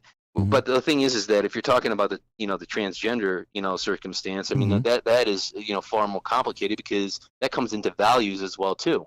I mean that's a whole other outlook Well, where see, that's a different thing. No. Let me bring up what I mean. I'm not talking about the value side of it because you may value your child becoming transgender. That's fine. That's a parent's choice. I'm not speaking about that. I'm talking about giving the child the choice about altering their body. And that it is my belief that through the normal course of raising a child, we don't give 8, 9, 10-year-olds, young teens, the ability to make life-altering choices on a regular basis in any other subject except this one. That's what we're being told by the government. And I'm trying to understand if my understanding is correct. But the thing is, though, is I don't even think that's really actually even the children's choice that's actually really being made. Because the thing is who's really making that choice in the end? It's some doctor, some bureaucrat that is actually saying that because of because they actually have a mental health condition, and the solution to that mental health condition is to transition. And that's a government, and that's the medical, that's doing that. And that completely bypasses parents because it puts it puts an authority figure in an expert, who's telling us to do what we have to do for the last 2 years. Those same people are now telling us, have already been telling us exactly what, we have to do with our kids when it comes to that situation. It's the same thing. And so, when it comes to, parental rights, the government doesn't, Democrats specifically, target certain individuals and do not think that they're capable of, taking care of themselves. And nothing's more obvious when it comes to the, Biden administration and Democrats, especially when it comes to anybody with brown or black skin. They think that they're, people with that complexion and raised in those communities cannot do the most simplest thing, and because of that, because they're not capable, and because, they say they're not capable of that because of systemic racism, and then fourth, then because of that, then are required to take their power in the government to actually rule over their life, and they're using that, to gain control over every aspect of everybody's life. Okay, so if I'm understanding that correctly, I just want to make sure I understand it. So the argument from the left, as you understand it, as you're mentioning it to us, is because people are minorities, black, Hispanic, Asian, whatever the minority may be, they are incapable of being able to assert themselves. Therefore, the government must step in on their behalf and to take care of things for them. And therefore, those minorities that the government is stepping in to protect and to uplift must be beholden to the government. Is that correctly understanding what you're saying? Yes, and you have example after example, even with Joe Biden, continually making assertions that, individuals who are black are incapable of making those decisions. For example, is that you ain't black unless you vote for him. Mm-hmm. Mm-hmm. That is the same thing, and that's the methodology. That's the idea. And the thing is that there's a superiority and this a condensation, that happens with, or what do they call it? That happens, with Democrats. Like it's a parental kind of attitude that they actually have to take care of, individuals because of the color of their skin, because they're incapable of actually doing things, for themselves. And it's extremely racist and it's condescending. It's extremely harmful, to anybody when you take that attitude. Well, and it's harmful for the children. I understand. I understand it. It is a tenet of critical race theory. It is a critical, important part of identity, gender politics, and intersectionality. And I do not agree with the condescending patronization. I don't agree with this idea that same thing for women. I don't believe that when the government steps in and says, you can't do this, so we will do it for you, that is uplifting to individuals, because you are essentially saying this person is inferior, they are less than.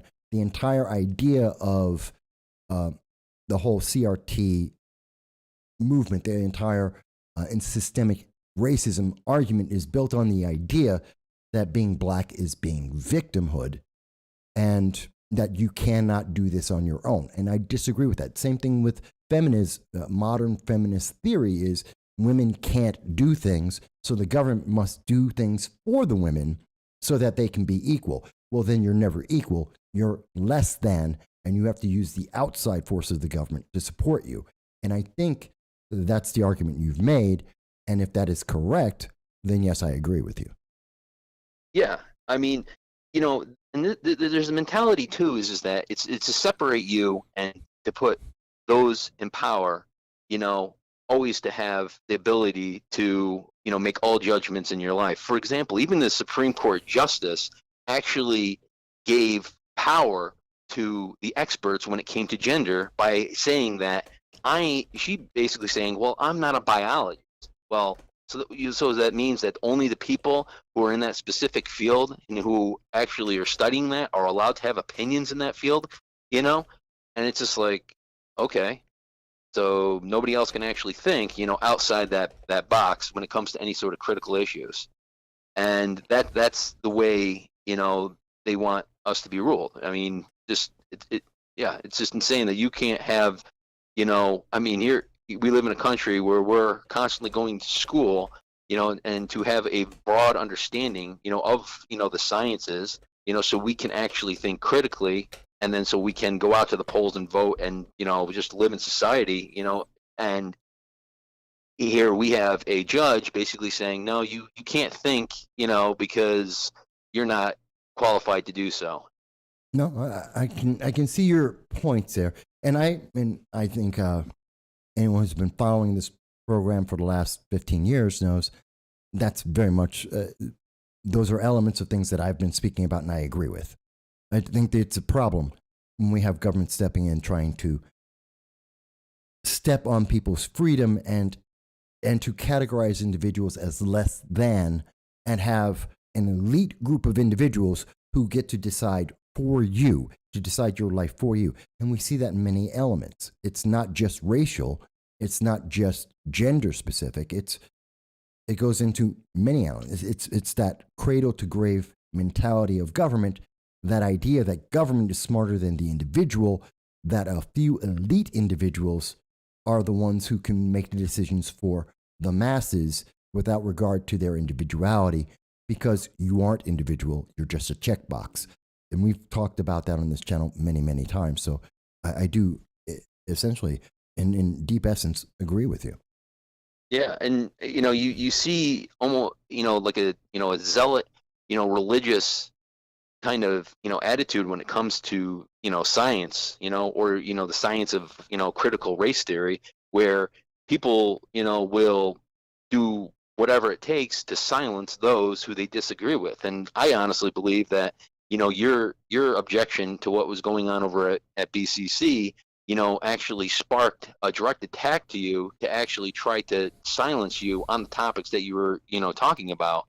And that's what it is. It's like you decided that you were going to confront their religion, and that was intolerable. And so basically they decided, you know, to, you know, have a holy war against you on this subject. Well, pretty much, yes. I would agree with that.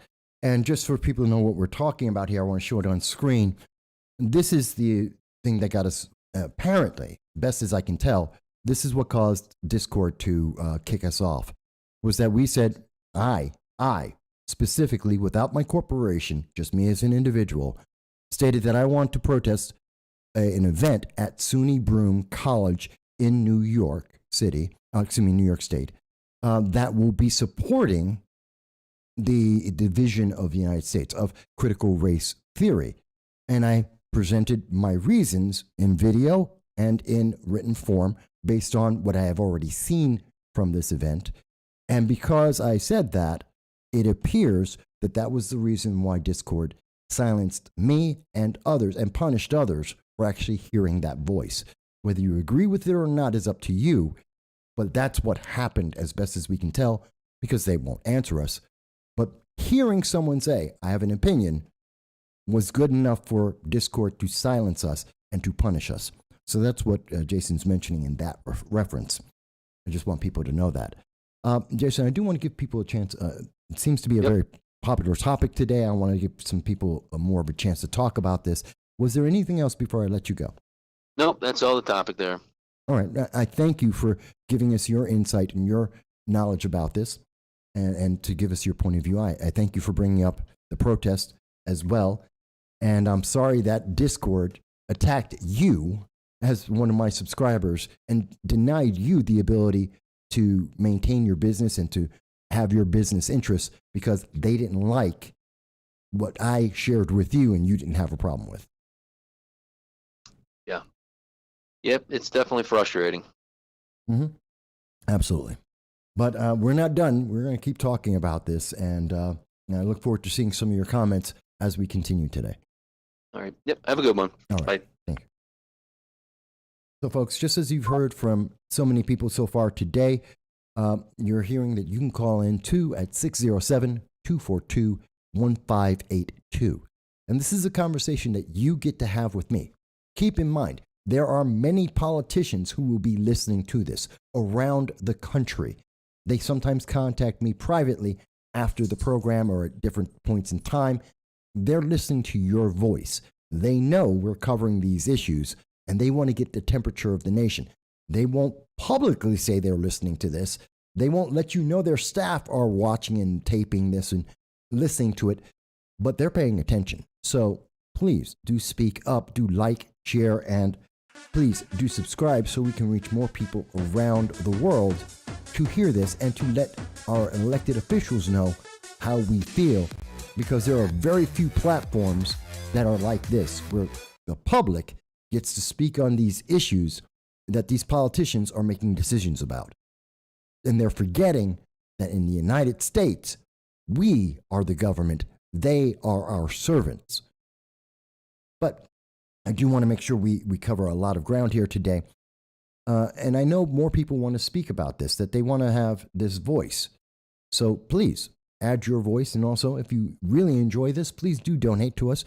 Helps keep the lights on, helps keep us going here. And we are only able to do this because of some of our great supporters. We've had Lynn, we've had John, we've had User, who's banned. We've had them donate, and that's allowed us to be able to keep the lights on for the time being, to be able to have this, our internet on, to be able to reach you every week. So we hope to have your support in that as well.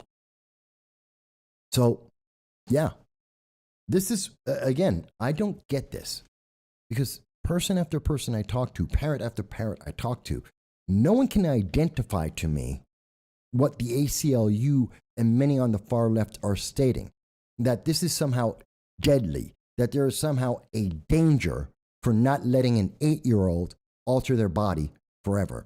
How there is a danger in telling children at 5, 6, 7 years of age about sex, heterosexual, gay, whatever it may be, that somehow there's a danger in that. And I don't see it. I don't get it. And from what I can see in the protests that are happening at Disney and looking at the reaction in state after state after state, where people are supporting these bills, saying, no, don't do that to children, don't do that to my children, then I don't understand where the left is coming from. Their argument is, no, we support children altering their bodies without the ability to comprehend what that means for their lifetime, that they support trying to introduce children to sex at the age of 5, 6, 7, 8 years of age. We've already covered on this program just in a couple of days ago, where it was the Democrats themselves in 2008, 2009, they were against this idea. It was Nancy Pelosi speaking against introducing sex to 17-year-olds and having a discussion about abstinence and sexuality. In 2008, 2009, she was against that. And today she wants to talk about children who are 5 years old of age and says, oh, it's great to talk to them about sex. There's a problem here. This is an issue. And literally, if you look back in the history, and we've covered this in a recent video this week, we're showing you that's what they were saying just less than a decade ago. And today, actually 12 years ago, they were saying this. And today, they've taken an entirely opposite position. It doesn't make any sense. Dow mentions that, oops, wrong one. There we go. Dow is saying that biological expert or not, Ketanji Brown Jackson, the new justice, she could have defined woman insofar as the courts are required to define the sex when dealing with law. He goes on to say, the danger is that the future dating pool for damaged people will dry up and the state of manipulation by social engineering is over. There are many consequences, just like we see for children during the pandemic being denied the ability to interact socially with their peers, has had a demonstrably negative impact on children's lives. And that's not a question, that's not an if or a maybe, but that's something that has been directly stated in Congress. In fact, we see that this was a conversation by Representative Marionette Miller Meeks, who's a Republican from Iowa, as she was speaking a couple days ago with the HHS Secretary Becerra. And she made it very clear. And I think I have it linked up properly. I want you to hear this. So you don't have any regrets that your agency and you did not show more courage in standing up for children. You mentioned the number of deaths that had occurred in children. So do you know how many children have died of COVID-19? I know it's in the hundreds. I don't have the precise number because obviously it changes as the days go by. And are you aware that the CDC revised downward the number of deaths that have occurred in children from COVID-19? CD is constantly trying to make sure we use accurate information available. So it should surprise no one that we're trying to make sure that the public has the best information possible. So the American Academy of Pediatrics just published in March that 0.00% to 0.27% of all COVID-19 deaths in children. That's the percentage rate. Is that crazy? And for that, we're willing to create masks in children in the Head Start program or other programs that we know lead to learning loss, lead to loss of communication, lead to detriment in their learning in order for what scientific guidance? Congressman, I have 3 daughters.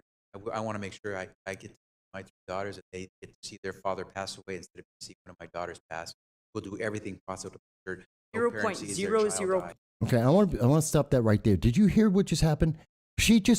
We just had a congresswoman quoting medical data that I cannot quote on this channel, and I am not a medical professional, and I am not telling people what to do with their lives and their health. That is between you and your private health care, your health care provider, a doctor, whomever you're speaking to. That has nothing to do with us. We heard a congresswoman, this is for the censors, a congresswoman just quoted data from the CDC, not us. That was her words on the floor of Congress, speaking to the Secretary of HHS. And his answer to her question was a plea to her emotions. Well, I have children. That didn't answer the question.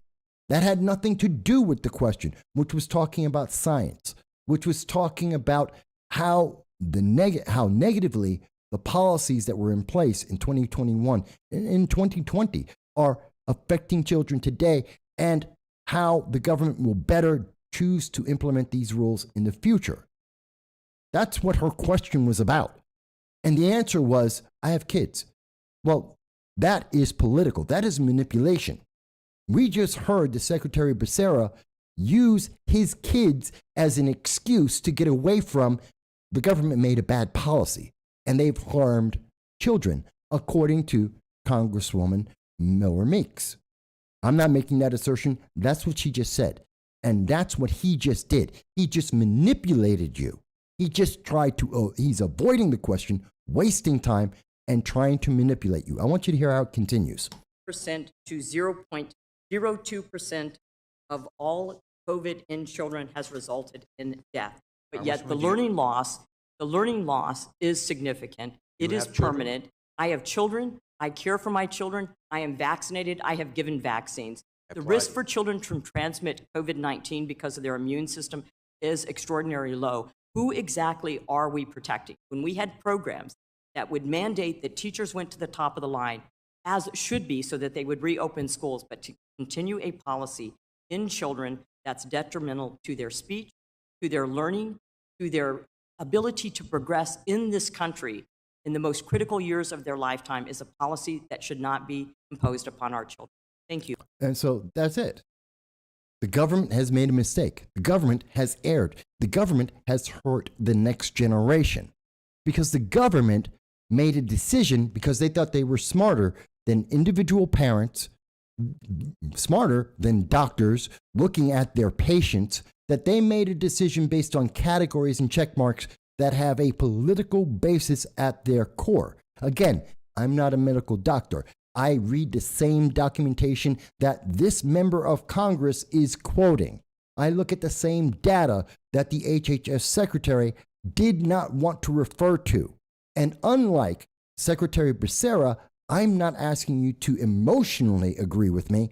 I'm asking you to look at the data. Unlike Alexandria Ocasio-Cortez, I'm being empirically, systemically, semantically, and mathematically correct, looking at the science to say there was a problem and the solution to the problem that was offered by the government has been more detrimental than the initial problem itself, based on the scientific data that Congress is quoting, and that the HHS Secretary Becerra is not disputing. He's just avoiding it. So if the censors want to attack me on that, attack Congress, not me. This is how it was reported. These are her words exactly. This was the conversation that was had. And I want you to think, if Congress cannot understand the consequences of what they are doing, and they are making decisions that we are seeing short term are having devastating results to our children in the near term, why in the world are we looking at government and listening to them as they tell us, allow those same children who have no concept of the future, don't have no concept of the consequences of their actions, to alter their bodies forever? Does that make sense to you? Because it does not make sense to me, even as we watch in Congress as it is put out in plain English, straightforward, and the only response we're hearing from the government, the only response we're hearing from the left is, oh, but I feel it's a good thing. And if you don't agree with me, you're just evil.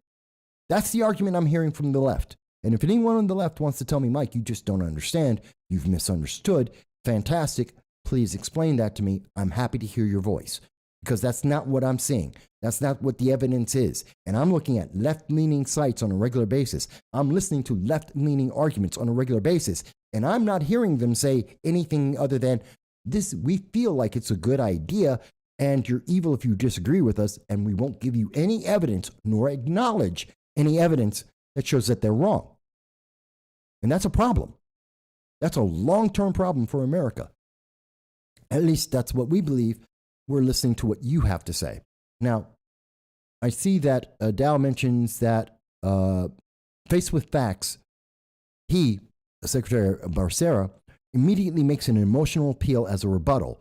Think of my children. That's right. That's exactly what he did. And that's what we hear consistently. It's the same thing we're hearing about the transgender laws that are saying, no, let the kids wait until they're adults. Oh, but it's our children. You're just evil against children. You're trying to harm children. Where's the harm? How is this detrimental to their lives to wait 5, 6, 7 years until they're adults to make a decision based on an understanding of their consequences? How is that evil? How is that bad? Again, I'm not telling you to, you can be gay, you can be trans, you can think you're a cat, a toaster. I don't care. That's your life. Do whatever you want to do as long as it does not harm others. I'm not worried about it. Your sexual life is your sexual life. You live it. You do you. I don't care until it's being put onto others who may not agree. And I have to say, I want consenting adults to make consenting decisions where they understand the consequences of those decisions. And I don't want to pay for it. I don't want my taxes to go to pay for someone to change their bodies and to turn themselves into toasters or cats or transgender into whatever gender they think they should have. That's on them. I don't want to pay for it. I do not want to pay for it. And I do not want laws that will encourage it in children. An adult is an adult. Children shouldn't be encouraged to do that, nor should that be in our military. That's not what the military is for. But that's another discussion. I'm going to get into that in a second. Mike Bowie mentions, I don't believe the LGBTQ plus AI, whatever community is coming from a very emotionally healthy place to begin with. I think they enjoy all the drama, drawing attention to themselves like most liberals. And Mike, I want to address that because that's not entirely correct. And I speak to many people of various viewpoints and various lifestyles, and always have. And I can tell you, the majority of people I know who are trans from years ago, from a decade ago, 2 decades ago, when this was not an issue anyone was talking about, that no one had any conversation about this, I can tell you, they didn't want anyone to put a spotlight on them. Every single person I know who is trans, people cross-dress, all those lifestyles, you know what? They just wanted to be left alone. They just wanted to live their life. They didn't want a spotlight. They didn't want to be some kind of martyr. They didn't want to be an example. They're not trying to champion everyone else's life. They just wanted to live. And that hasn't changed. The majority of people who have these beliefs, who want these lifestyles as adults, do not want attention. They just want to live. And I agree with that. Let them live.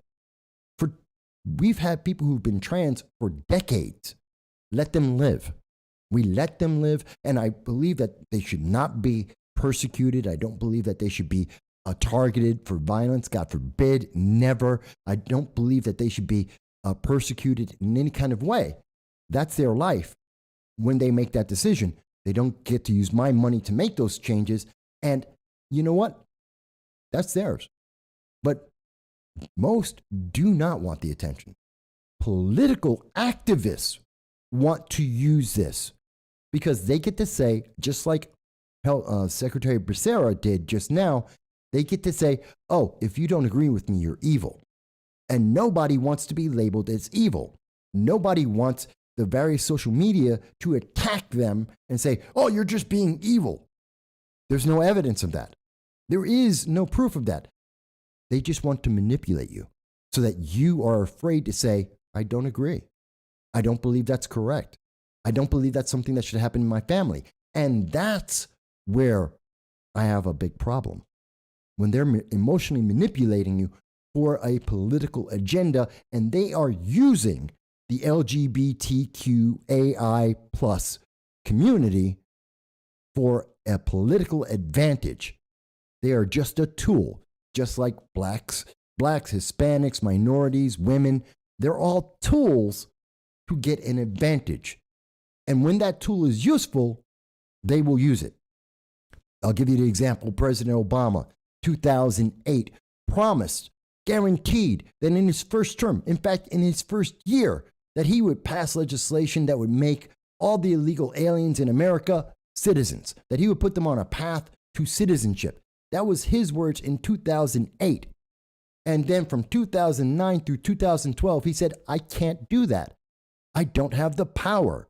And he didn't bother to try and bring it up into Congress. He was too busy dealing with Obamacare. And he dropped the Hispanics who voted for him en masse, and he threw them out a window because he didn't care. They were no longer useful to him. Remember, I will go to, do you remember the most recent election where we had Ice Cube? Ice Cube came out and was having a conversation with the Democrats and the Republicans trying to advance legislation that would help poor black communities. Where did that legislation go? What happened with that? He was demonized by the left for having a conversation with Republicans about improving a community that he cared about, the very same community that Democrats say they are helping. And the Democrats said, for their part, we'll tell you after the election, once we get elected. Well, guess what? The Democrats got elected in force, have control of the White House, Congress, of the House of Representatives and the Senate. And where is that conversation about black communities and Ice Cube? Where is that conversation? Have you heard about it? Have they had 1 second of that conversation? It's thrown to the wayside. They don't care. It's not useful. They're already in power. And the media let that drop. They didn't care. Just as we promised and predicted on this channel, we told you at that time, which was October of 2020, that this was, if the Democrats win, this was going to go away, that no one was going to follow this up, and that blacks would be thrown to the wayside because they had been used properly to get the votes that they wanted to get. And the issue is no longer important. Well, guess what? Today, the issue is no longer important. And if you think I'm wrong, if you think I'm lying, look up Ice Cube, look up his, I believe it was the Platinum program, and look at what the success of that program has been. Look at how much the news media has covered that program since literally the day after the election. Tell me I'm wrong. Tell me I'm wrong. Because if I'm wrong, I'll be happy to admit it publicly and we'll say, I got that wrong. But I'm not.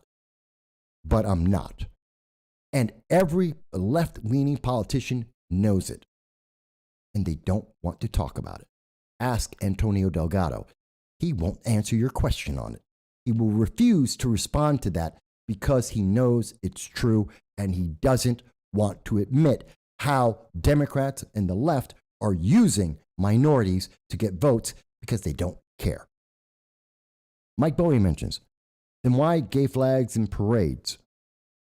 There's a difference between, Mike's referring to the LGBT community wants to be a centerpiece and draw attention to them. And I have to give you the counterpoint, Mike.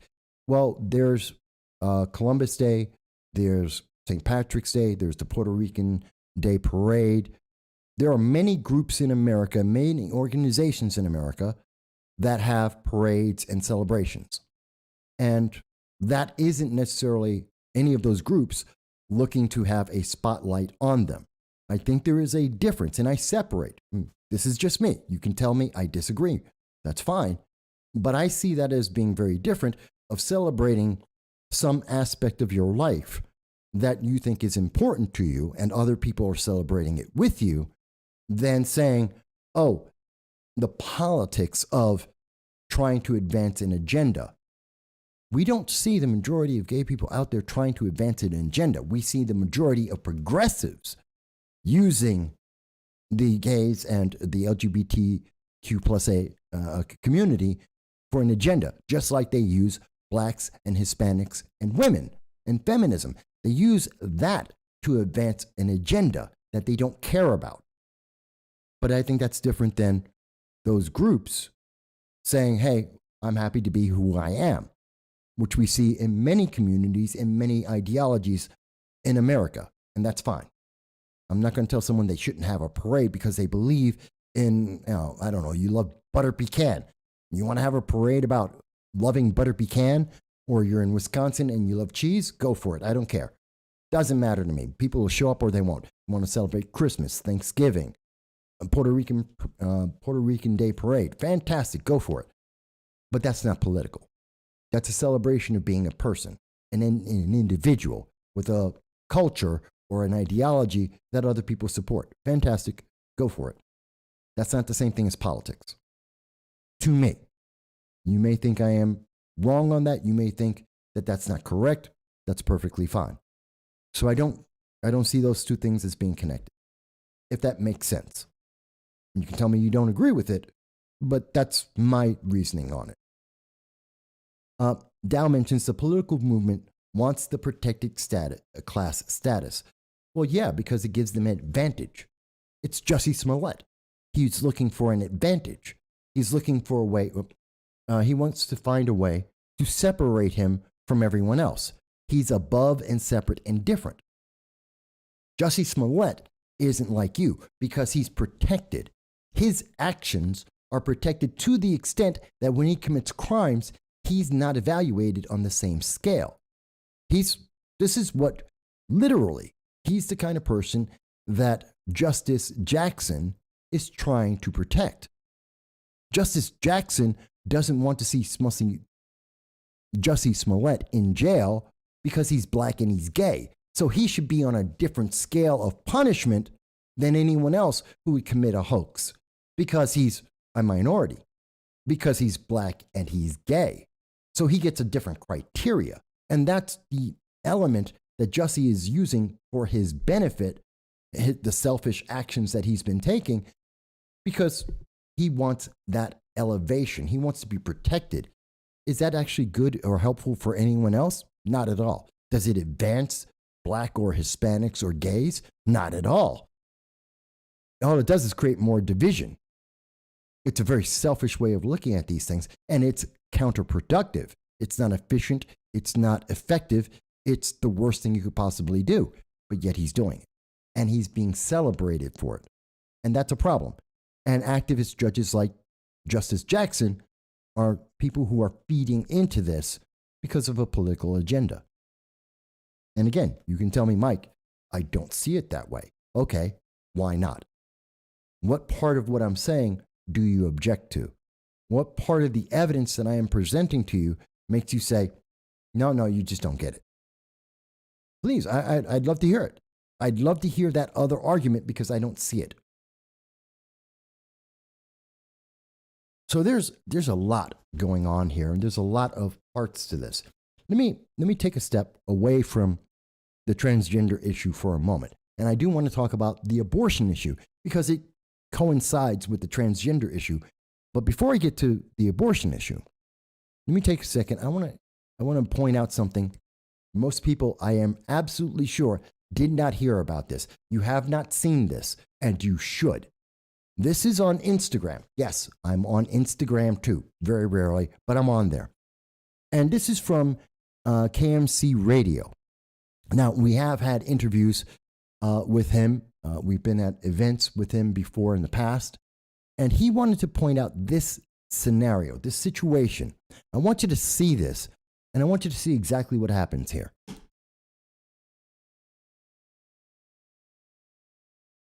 Can you see the women that are walking by? Let me pause. So we have a group of women and children who are at a location. They're going about their lives. This man walks up out of the blue and pulls a gun on these women and these children. How long do you think it takes the police to come to save these people? How long is it going to take for law enforcement or any government agency that the left promotes? Because they told you you can't have a gun. You cannot protect yourself. The Ninth Circuit Court said you don't have a right to protect yourself. And we have said consistently on this channel, we want every woman to be trained to be able to use a firearm. We want every woman in America we want it to be clear that they have the licenses to conceal carry at all times across every single state in America, in every single location in America, and that this should be trained in schools and in colleges. Because this situation, a man walking up, a criminal walking up with a gun to assault women because he has a nefarious goal. I want you to see the rest of this video. Whoop, come on, show the whole video. So the women walk up.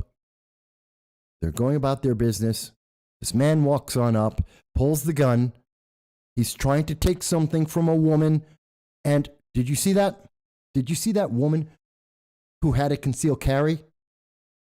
This man was so confident that he had a firearm and was able to abuse these women and to be able to rob these women because of his gun, knowing full well that police would never get to the scene on time, that they would never be able to protect these women, these innocent civilians and these children, that they would never be able to protect them in time.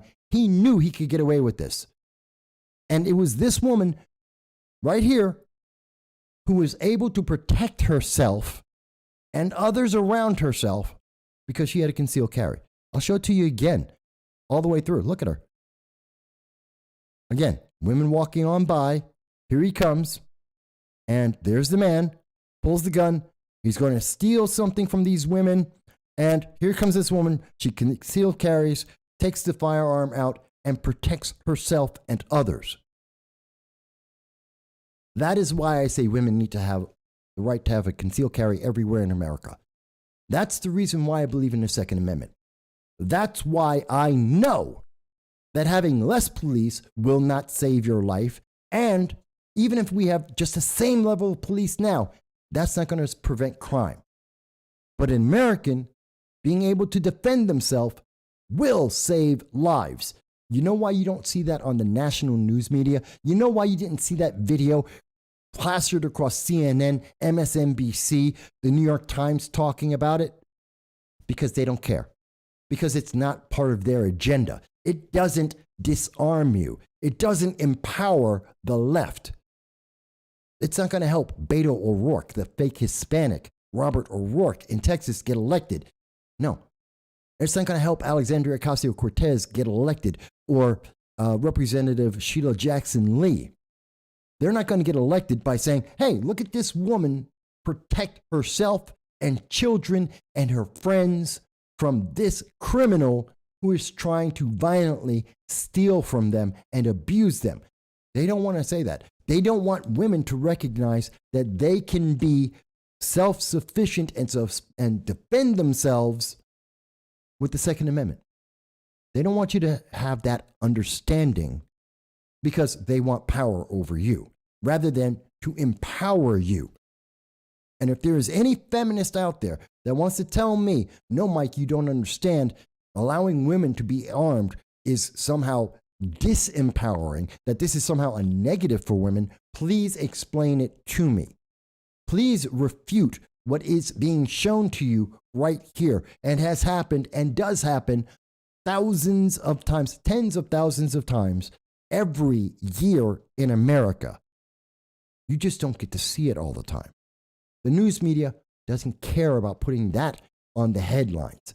They don't want to tell you how this woman saved lives, how she protected herself. They don't want you to know that you can protect yourself. They want you to be dependent. They want you to be subservient. They want you to obey. And they do not want you to think about this. They don't want you to see this so that you have to ask Beto O'Rourke a question. Hello, and thank you for calling in to No Soundbites Allowed. I thank you for joining us. I'm Michael Voss, and may I ask, what's your first name? Mr. Mike, John Curtisco, what's up, dude? Hey, John, good to have you on the program again. How are you doing? Yeah, I'm okay. You know, hanging in there. For an old guy, I'm okay. All right. You know, in a weird way, all this nonsense with trans this and LGBT that and the CRT and all that stuff, I'm actually really encouraged, and I'll tell you why. Okay, why? Because they're slowly running out of people that are oppressed. And they have to dig farther and farther and farther down the line in order to find that. Well, wait a minute, John. You can't say that. There are plenty of check marks out there. There's skinny people, fat people. There are tall people, short people. I realize that, but the ones that, but the supposedly the oppressor-oppressed narrative, and they're the oppressed in this case, they're going to have to get more and more ridiculous with that, which means they're running out of real issues, and I think they know it. I don't know. Again, there is a fat pride movement. There are movements for short people and tall people. I mean, we don't hear about them a lot, but I follow and I have seen articles about these smaller and smaller groups of people. I know what it's like to be oppressed. I'm too handsome than most guys, so that's a burden. Okay. Now, what it is they become more and more ridiculous. And as usual, progressives and Democrats in general, but usually the more lefties, they always, without question, historically, at least in this country, have always self-destructed. Always, without exception. And I think they're going down a path. They don't know what else to do. And I think the progressives that are running the Democrat Party and the media in this country and all the universities and all that are really and truly a very small percent. Now, granted, you don't need a majority of a party to take it over and run it. I get that part. But they're painting themselves closer and closer to the corner. And they don't know what to do because they have no clue that their ideology and the way they think is so ridiculous to the average American that they're clueless to that. And like I said before, they're the dinosaurs and the asteroid's coming. And I think a lot of them know it, but a lot of them don't. Well, let me ask you. We've talked so far today about the Second Amendment. Just showed a video of a woman defending herself, which is against the ideology of the far left. We've talked about the transgender bill in Alabama. We've talked about the response of the pandemic, which is a hot button, and that could get your show canceled, so don't talk about that. And we talked about Jussie Smollett as examples. Let me ask you, in looking at these cases and looking at these examples, we see that the left is saying you're a category, you're dependent on the government, you must agree or else. Do you see anything that's going to stop that? Are they ever going to stop that argument? In your opinion? What do you mean to stop the argument? I'm missing your point. Like they're ever going to say that they've won, that this is the Because you're kind of muffled a little bit, so I'm kind of catching every other word. I'm sorry. Okay. So what I'm saying is, looking at the movement of the left in terms of issues of transgender, of LGBTQ, looking at gun rights, looking at health care, where is the end of this? Will they ever... No, there is no end. There is no end because that's just their nature and their ideology. They're always going to find something or some group of people or even an individual that's being supposedly oppressed by the oppressor. That is their modus operandi, and it has for over 100 years. Now, they picked exactly the wrong country to pull this nonsense on because if anywhere in the world we have the least oppressed people, they're kind of in a box. Now, the ones in the bubble don't know this, but the ones up above that are pulling the strings do, i.e. multi-million-dollar houses from Black Lives Matter leaders. They know. They were just in it for the money, and they're just grifters. But the average, I call them zombies walking around, have no clue. And they're going to find out really quickly. And I don't mean just this November. They're running out of things to complain about, and the ones they complain about are so freaking ridiculous that the average person, especially the normal Democrats that are out there, and there's still millions of them, are going, what? This is what you're all up in arms about and screaming and hollering? Really? Well, and they feel like they're not part of that group. I don't know that there is a limit or something they're running out of. I'll give you a great example of what I'm talking about. This is on Facebook right now. A guy says, hey, hot take, open marriages should not be a thing. Okay, yeah, I'm barely hearing you because you're really muffled. Okay, that's got to be on your phone because it's coming across clear on my side. So I'll say it again. There are a lot of people who are saying, and it's an example, a guy who I happen to know, I've done an interview with him, Matt Castaneda, goes and says, hey, hot take. Open marriages should not be a thing. That is his opinion. He is sharing it with the public. People are losing their minds because he dared to say that. Right. Because every single thing now, if it say that you have your ideology has 80 issues in it, and you agree with 79 of them, but you don't agree with one, that means you're out. They are so it's almost like Stockholm Syndrome in a sense, in a weird way. If they're in this bubble that they can't get out of. Now, whether they want to get out, that's a different issue. And as their circle gets smaller and smaller and smaller, their ideology becomes deeper and deeper and deeper. And then eventually they're going to be such a small minority, it's going to be like the Nazis in America. What is there, a couple of hundred of them? Big deal, right? Nobody cares because they're such a fringe group that nobody pays any attention. Sure. And that's what's going to happen to them. Well, let me ask you this. I'm going to play devil's advocate here. Okay. Let's say that you are correct, that the far left are running out of things that they can use to try and emotionally manipulate people because they're getting smaller and smaller, and they're going to, at one point or another, it's going to be, well, you have to be a gay, black, trans, short, fat person to be able to be as part of their group, whatever it may be. To put you high up on the progressive pyramid, yeah. Right, to put you in a higher hierarchy to get your attention. Right. So they've isolated the overwhelming majority of not just the American public, but even people within their own party, even people on the left itself. Right. Then shouldn't conservatives be happy and say, okay, well, they're going to implode in that manner, so I just have to wait? Well, no, it's like in a war, and we'll say in a real war. Mm-hmm. When you see your enemy is starting to lose and their strategies are starting to lose, you don't let up. You push twice as hard to finish them off. Now, they'll never be finished literally, but as a political party and as an influence in mainstream media, you want to push harder now to drive them out, at least for a generation. And I think we're right at that spot right now.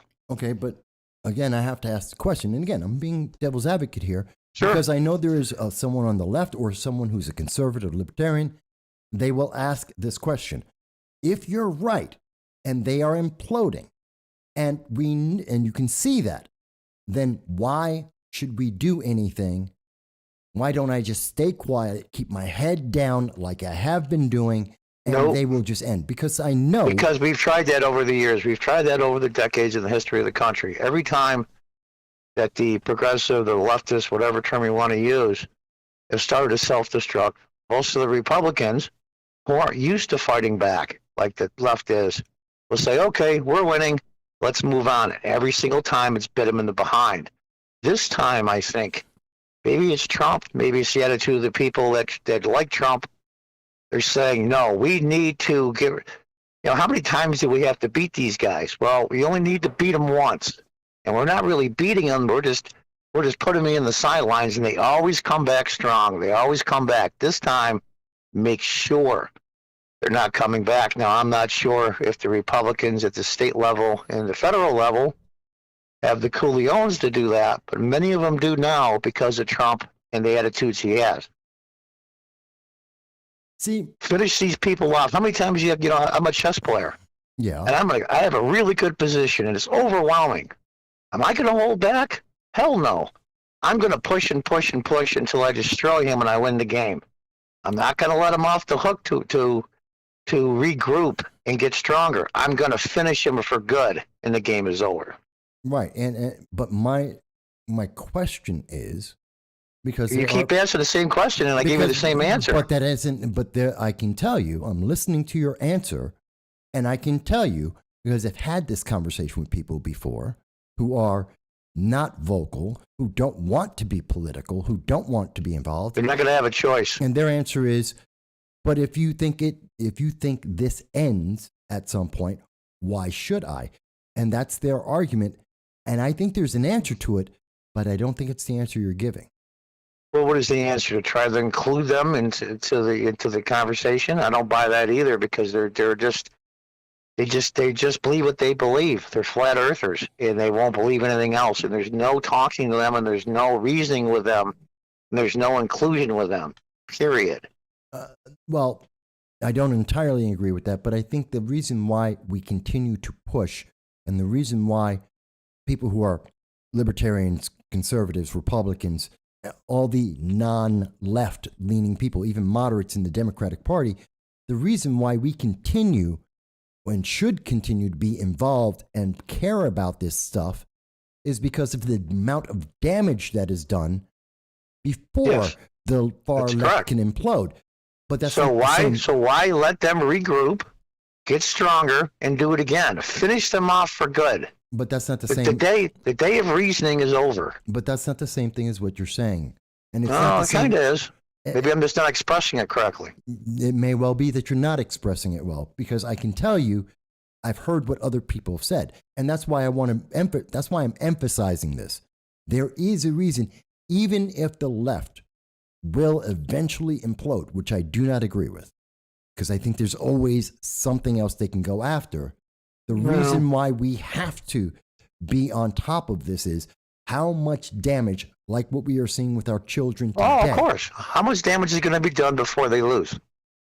Yeah, and that's why I think it's worth the fight, even if. Well, to be honest with you, there's going to be a ton of damage, and the conservative people have nobody to blame but themselves for watching and sitting and watching it happen in media, in Hollywood, in schools, in universities.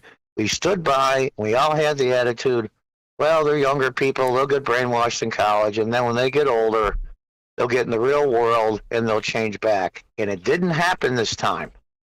We've got nobody to blame but ourselves. It's just going to make it 10 times harder, but eventually in the end, they will lose.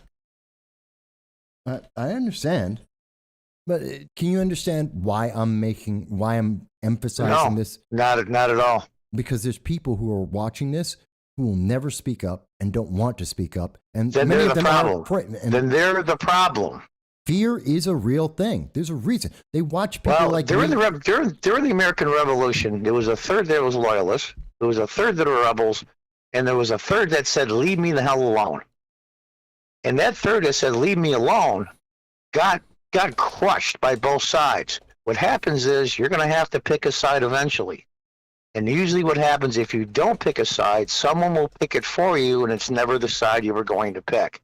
Leave me alone. I'm a libertarian. I want to live my life. Those days are over, at least for now.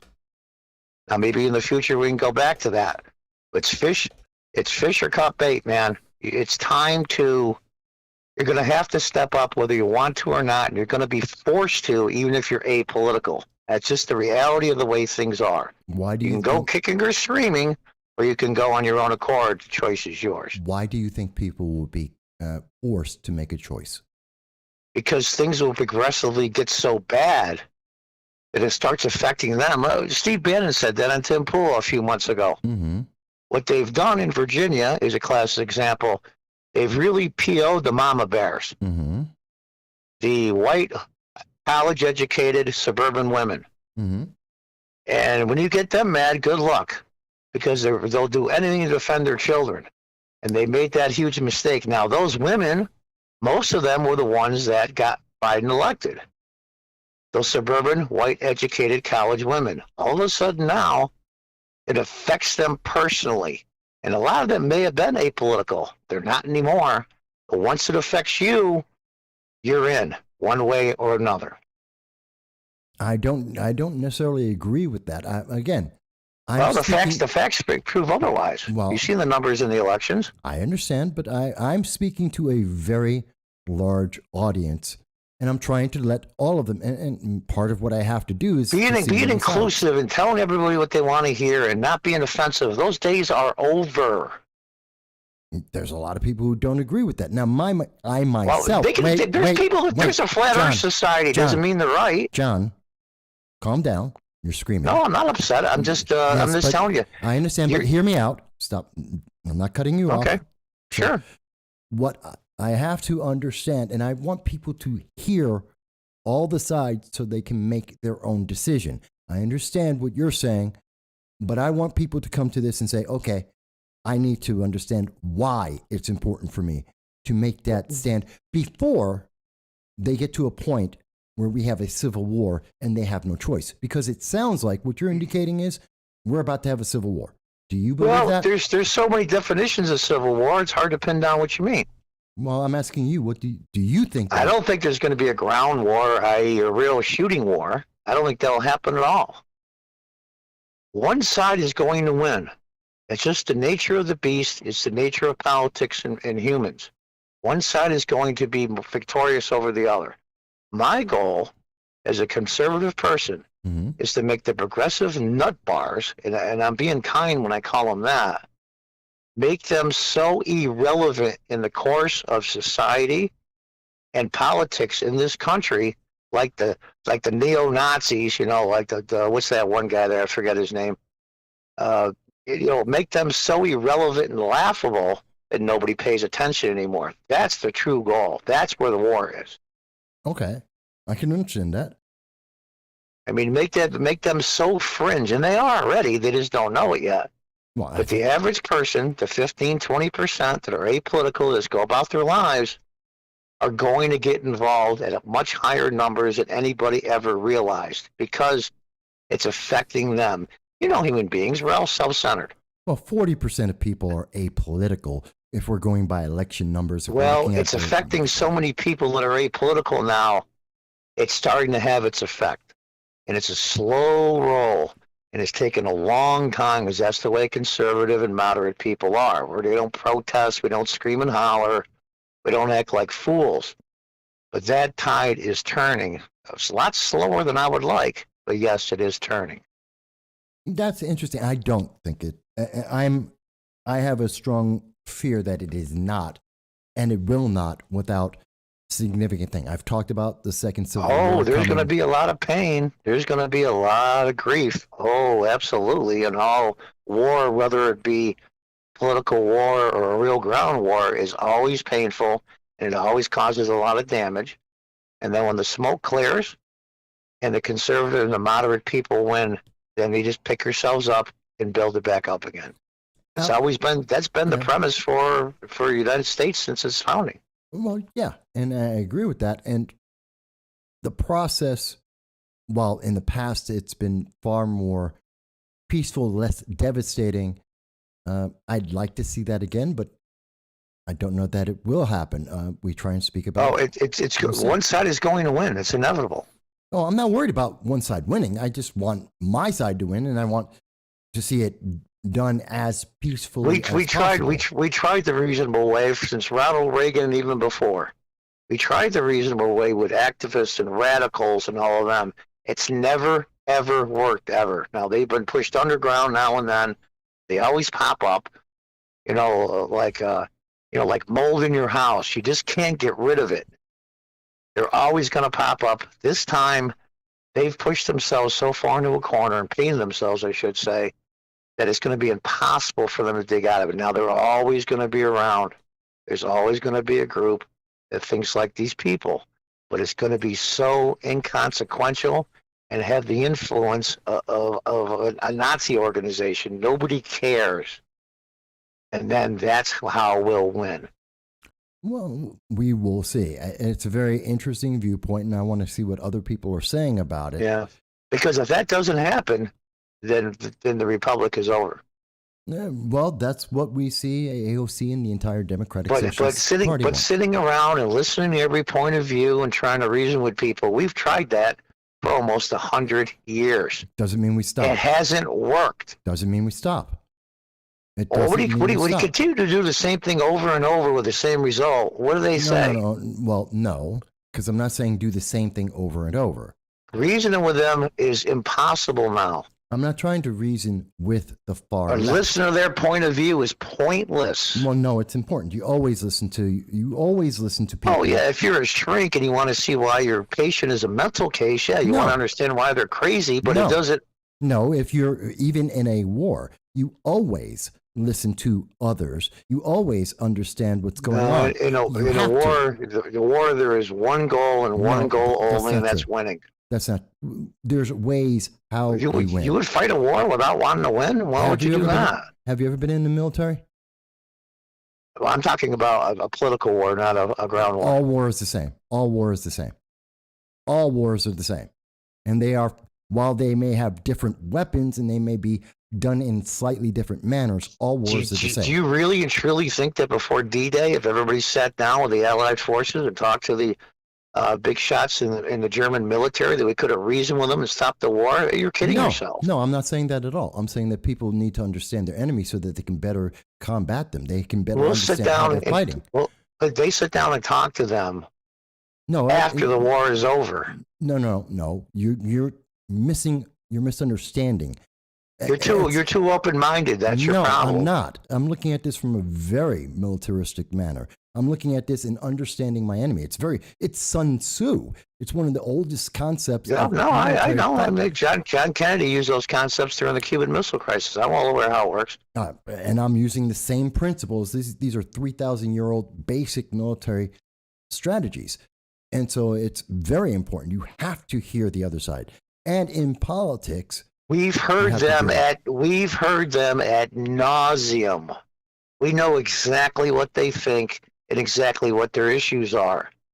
because they control the universities, the schools, and the media. We've heard them ad nauseum. There's no misunderstanding what they represent or what they want.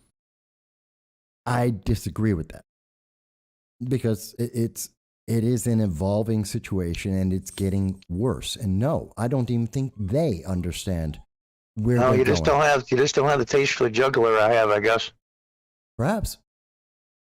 Because that's what this is. This is a fight to the death, maybe not literally, but politically. And if you're going to, even sitting down with people on the very far left, the progressives, the really, really bad ones, if you think that sitting down with them and trying to see how they feel and their point of view is productive, you're kidding yourself. There is military intelligence and there is a purpose for that, which includes understanding what your enemy thinks and how they think and how they act and what they're trying to do. That is a fact. The struggle will never end. The only difference is we want the progressives, or at least I do as a conservative person, and many that think like me, to make them so irrelevant. I don't care what they think. I wish them well. I can wish them Godspeed, but I want their influence to be gone for a very long time. And I can understand that. And there is a way to do that. Well, really, there is. And you're the only person in the United States that knows it. I don't believe that. Because obviously it hasn't worked. Well, I didn't say it's working perfectly. There's a lot of aspects to this. But I'm not telling you, again, John, I'm not here to tell you you're right or wrong. That's not what I'm trying to do. I'm just telling you that the world is round. Well, I don't think so. I don't think it. No, the world is oblique. It's not round. No, you're right. There is a lot of gray in society and in politics, but sometimes it's black and white. Some things are. And there are ways to do things, many ways to do things, even simultaneously. Well, we gave the teenage kids the keys to the gun rack and the keys to the liquor cabinet and went away for the weekend. Now we got to pay the price. I'm trying to mitigate that price. And that's exactly what's happened. We've given these guys a pass. I didn't say give them a pass. They become incredibly powerful, and they're causing tremendous amount of damage. No, I don't want to do that. I hold people accountable for the actions that they have. No, they don't call. See, that's the thing. You're playing a different game than them. You think the rules apply to them, and they don't think they do. That's the problem. And I want the rules to apply to everyone. Yes. Well, they won't. They won't do that. They never have done that ever. It's like I'm a chess player. Right in the middle of the game, they make 2 moves in a row, and I go, "What's with that?" Well, I'm changing the rules. Since when? Or how long are you going to have that rule? As long as I feel like it. You can't play. You think that logic and reason and playing by the rules will convert some of them or make them think. No. And those days are over. I don't think, no. One, I don't think those days are ever over for a society. Oh, they are for a very hardcore group, yes. No, there may be individuals that think that, but, and I believe, and hang on a second. You just have, you have more faith in human nature than I have. Perhaps I do. But, and that's fine.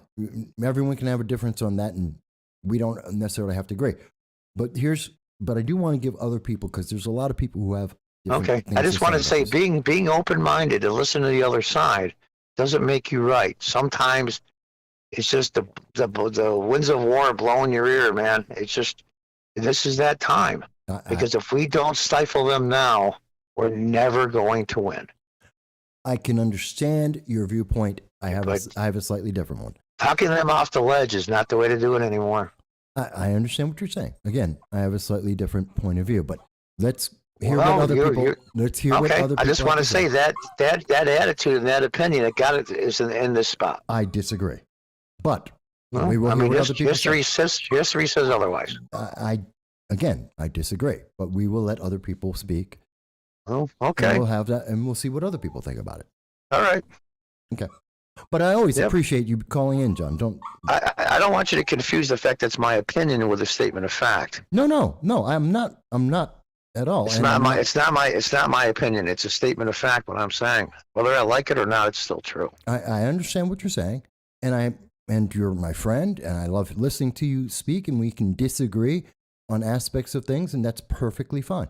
And that's But what people this channel's that, about. but here's the thing: people that think like yourself, that are conservative, are half the problem.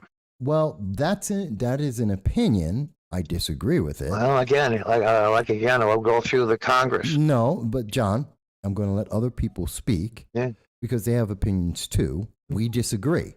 That's fine. You're too kind to humanity, and it's going to bite you in the behind. I think you're about the only person in America that thinks I'm a very kind man. Okay. But that's okay.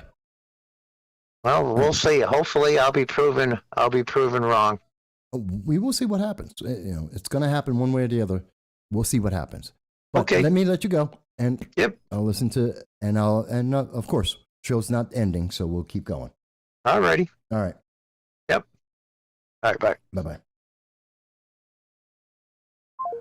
So, folks, as always, we are happy to have voices call into the program, people which we agree with and that we disagree with. We try to understand and hear everyone's voice on this program because we think it's important, because it's free speech, because you have a right to speak.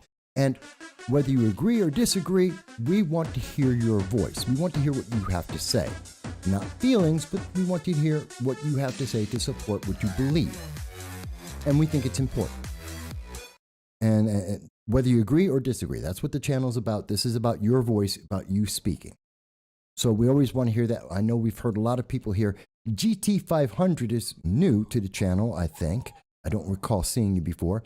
And I see GT500 is speaking about the 2024 election and an aspect of the election. GT500, I cannot comment on that, on what you have stated because of censorship.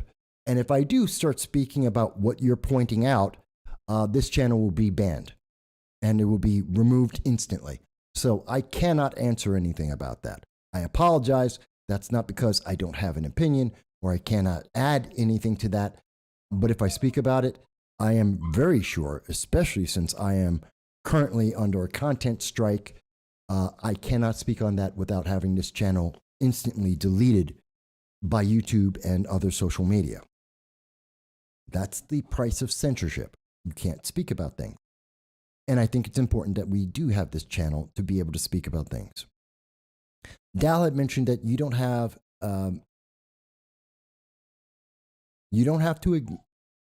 to have political groups acknowledge accountability to hold them accountable. The natural consequence will become unavoidable. Let's Go Brandon is further proof of what he is speaking about. In a culture war, it is ridicule memory. Mel Brooks proved that. There are many voices on this. Michael Bowie had mentioned earlier in the conversation I was having with John that this struggle will never end. There will always be good and evil. I don't see where John is coming from. And again, I'm not telling you any one person is correct. I'm telling you that we need to have these conversations. And I believe in the First Amendment that we should have these conversations unrestricted, without fear, that people should be able to have their voices heard and to express their concerns as American citizens about where we are going. And I will always have that conversation, even if I disagree, even if I don't agree 100% or I disagree, because that's fine. Human beings disagree. My best friends don't always agree with me all the time. That's perfectly fine. Same thing in your life. So I think it's important. And I think we've seen examples of this over and over. And again, I'll point to, what I had mentioned while John was on, the open marriages should not be a thing. That's, Matt says that, and people are losing their minds. How dare you make that, it's an opinion. But that opinion, one person's opinion about it, people are losing their minds at saying, you can't have that opinion. You can't say that. And there's where, that's where I have a big difference. And that's where I have a big argument is, no, we shouldn't say you can't say that. You can tell me you don't agree with it. You can tell me you think there's a better way, but to attack someone because they have an opinion that you don't like, that's a problem. That's a big problem. Especially if we're legislating that you can't disagree. Because in the same way that some people are losing their minds and saying, you can't talk about or you can't have this opinion about open marriages, well, you can't have an opinion about gay marriage, straight marriage, interracial marriage. How about sexuality? Once you start going down that road, that you tell people they can't have an opinion and that they can't have a belief, now you're authoritarian. You start running away from democracy, you start running away from representation, and you start running into authoritarianism, and that's a problem. And that's a big deal, because I don't think enough people think about that consequence, that if we silence someone, not that we disagree with them, not that we point out differences of opinion and consequences of their actions, but if we say you can't say that, that's where the problem starts. When we silence people and kill their First Amendment rights, that's the first step towards a very dark place. Even when we don't agree where that place may be, even where what ends up happening is something we may not like. It will always be something we won't like if we are silencing people arbitrarily. It's one of the reasons why I believe in the First Amendment in a near absolute purpose. Unless you are inciting violence, which we do not do on this channel, then you should be free to speak. Always. Even if you don't like it, even if you don't agree with it, because that's what this First Amendment is there to protect.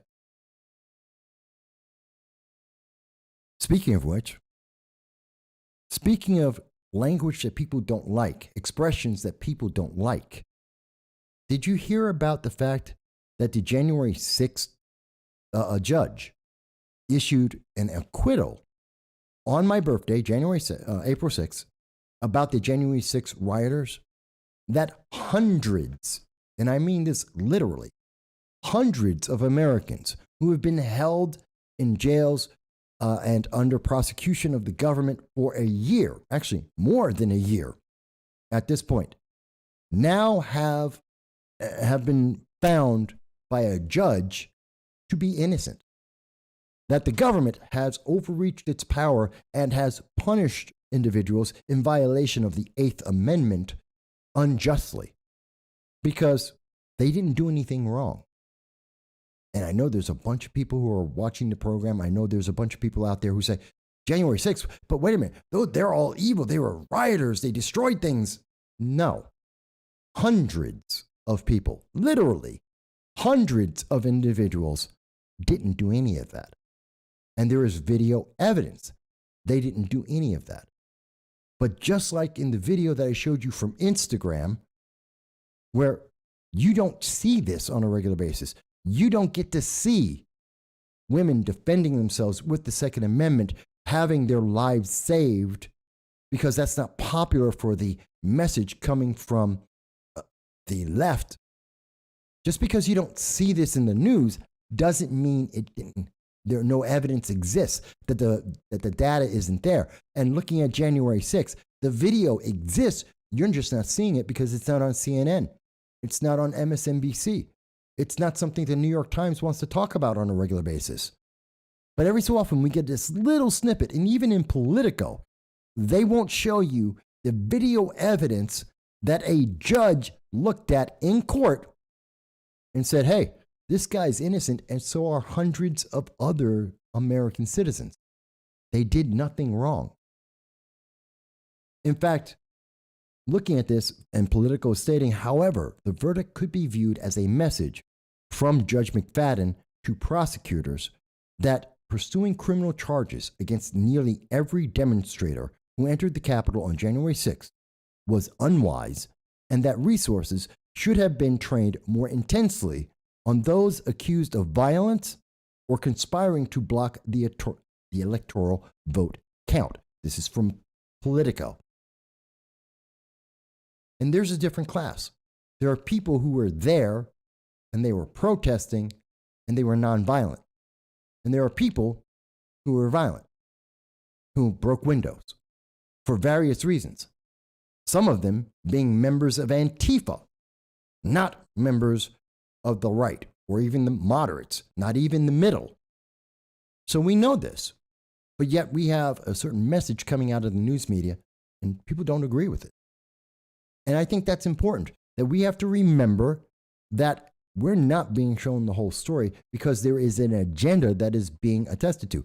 How many people heard that January 6th, these people have been, how many people have been listening to this? How many people heard when I was speaking with Matt Brainerd back on March 26th, and we were talking about the people in January 6th who were being held for more than a year, hundreds of people, for charges that made no sense, that literally there is videographic evidence showing they did nothing wrong. That just like in this case, where we had a gentleman by the name of Matthew Martin, who was ushered in by police. He did nothing wrong, and a judge has said so. And hundreds, literally hundreds of people who have been demonized by the news media, who have been accused of straight up terrorism by many elected officials, he's innocent. Of course, his life has been damaged, and that's a problem. And the news media won't come out and say, oh, we're sorry, we got it wrong. They won't come out and say, hey, there's evidence, video evidence that they are aware of, that they have seen, that they want to show you and say, well, actually, he's innocent. There are a couple hundred people here. They're innocent. They're not standing up for the public. And even though there are individuals like Matt Brainerd and Look Ahead America, individuals and organizations that are trying to take care of American citizens and protect their First Amendment rights, the mainstream media and many politicians are not. That scares me, because there is no end to that. That is, again, silencing people's voices. And as we do that, we demonize a section of our country and we punish them without justice. It's the same thing that happened to me with the Discord. It's the same thing that's happening to thousands of people on Twitter, Facebook, YouTube, your jobs. We're seeing it a lot. Maybe you disagree. That's perfectly fine. I'm willing to hear that. Michael Bowie says, January 6th served its purpose. Distraction from the stuff. You can't let them go now. I think January 6th was turned into an event used by the left to distract from the agenda that we have seen ongoing for the last year, 2 years? Now we're into the second year of the Biden-Harris administration. An agenda that has increased energy costs, that has led to food shortages, that has disabled America, and has unbalanced America, especially with its emphasis on racial segregation, which I think is absolutely horrendous. So it was a means to distract from that and a way to try and allow that to happen without people recognizing it right away. And it's a wonderful deflection point to go, oh, see, they're so evil, they're so bad, January 6th. What about, and if you mention anything else, oh, you can't speak about that. It's not the same thing. They're not the same types of people. The burning down of Minneapolis, not the same as January 6th. Why not?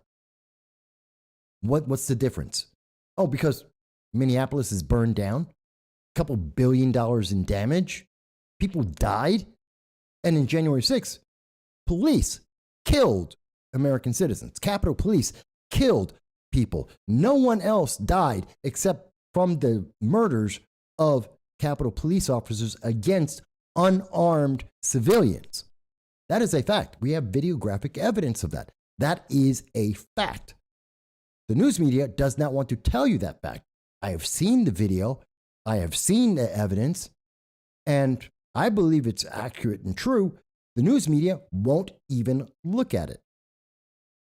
That's terrifying. Instead, they would want to silence you. That's not good. That's not good for America. That's not good for the world. When we start silencing views, we only get the worst outcome thereafter. I'll give you another idea of what I mean about that. Let's take a look at immigration. John mentions a dangerous wounded animal will lash out at everyone. That's the left. I don't think they're wounded. I think they're, at least I think they think that they are winning, that they're above it all. I think they believe that they're on a pedestal and they're doing fantastic. When you speak to people, when I speak to people on the far left, when I listen to BLM, Antifa, when I listen to Citizen Action, Democratic Socialists of America, especially the Ithaca chapter that believes in violence, the progressive leaders of tomorrow, when I listen to these organizations, they think they're winning. They think they have success on their side. So imagine what happens if they actually come to understand that almost everyone disagrees with them. That in poll after poll after poll on major issues, America doesn't believe what they believe. That most Americans don't believe what some of these politicians are putting out there. It's an interesting question. But I want to take a look at the southern border. I want to look at immigration for a second. Then I'll get to abortion. But I want to look at the southern border for a second. Thinking about Texas. Talking about things that are unpopular conversations that the media is trying to bury as we speak. In Texas, I don't know how many people saw this, that in Texas, we see that Governor Greg Abbott is looking to take illegal aliens, the wave of illegal aliens that are expected, that is projected, 3 to 5 million illegal aliens are expected to enter the United States this year. And Governor Abbott has decided that since Texas will be overwhelmed by this inflow, that Texas cannot sustain these numbers of illegal aliens that are coming into the nation and burdening their citizens, that since the Biden-Harris administration and many of the members of Congress want to support an open border policy, that his answer is, he'll just send the illegal aliens to Washington, D.C. and let them deal with it, since they're inviting them in. Since we hear people, because Washington, D.C. doesn't have to deal with the immediate impact of this wave of illegal aliens and the child abuse that goes with it, since they don't have to deal with that, they're more than willing to pass on that burden to Texas. So Governor Greg Abbott is saying, I will give you that burden that you're requesting. Since you're saying, let's have an open border, fantastic. You deal with the consequence of that. And we are hearing the far left scream and say, that's just unfair. Why in the world would you do that? They are angry that Governor Abbott is doing that. I think it's the best answer he could possibly have. That Governor Abbott should do this. The quote is, and I want to read this properly, to help local officials whose communities are being overwhelmed by hordes of illegal immigrants who are being dropped off by the administration, Texas is providing charter buses to send these illegal immigrants who have been dropped off by the Biden administration to Washington, D.C. Why is that a bad thing? Now, there are many people who think that Governor Abbott is only saying this because he wants to win an election. We would hope that's not the case. But we have to also ask the question, why shouldn't he do this? The quote is, Abbott noted, that's more than 500,000 illegal immigrants every single month from more than 150 different countries across the globe. That's far beyond what Homeland Security Secretary Johnson said when he said it was a crisis. It's unprecedented and dangerous. It's incredible. But we're hearing many of the far left say, oh my God, but you can't do that. Don't do that. You have to deal with it in Texas. Why? Why shouldn't we? And I really want to hear someone say, do you think we should take all the illegal aliens and send them over to California to Illinois, to New York, to Maryland? Why not?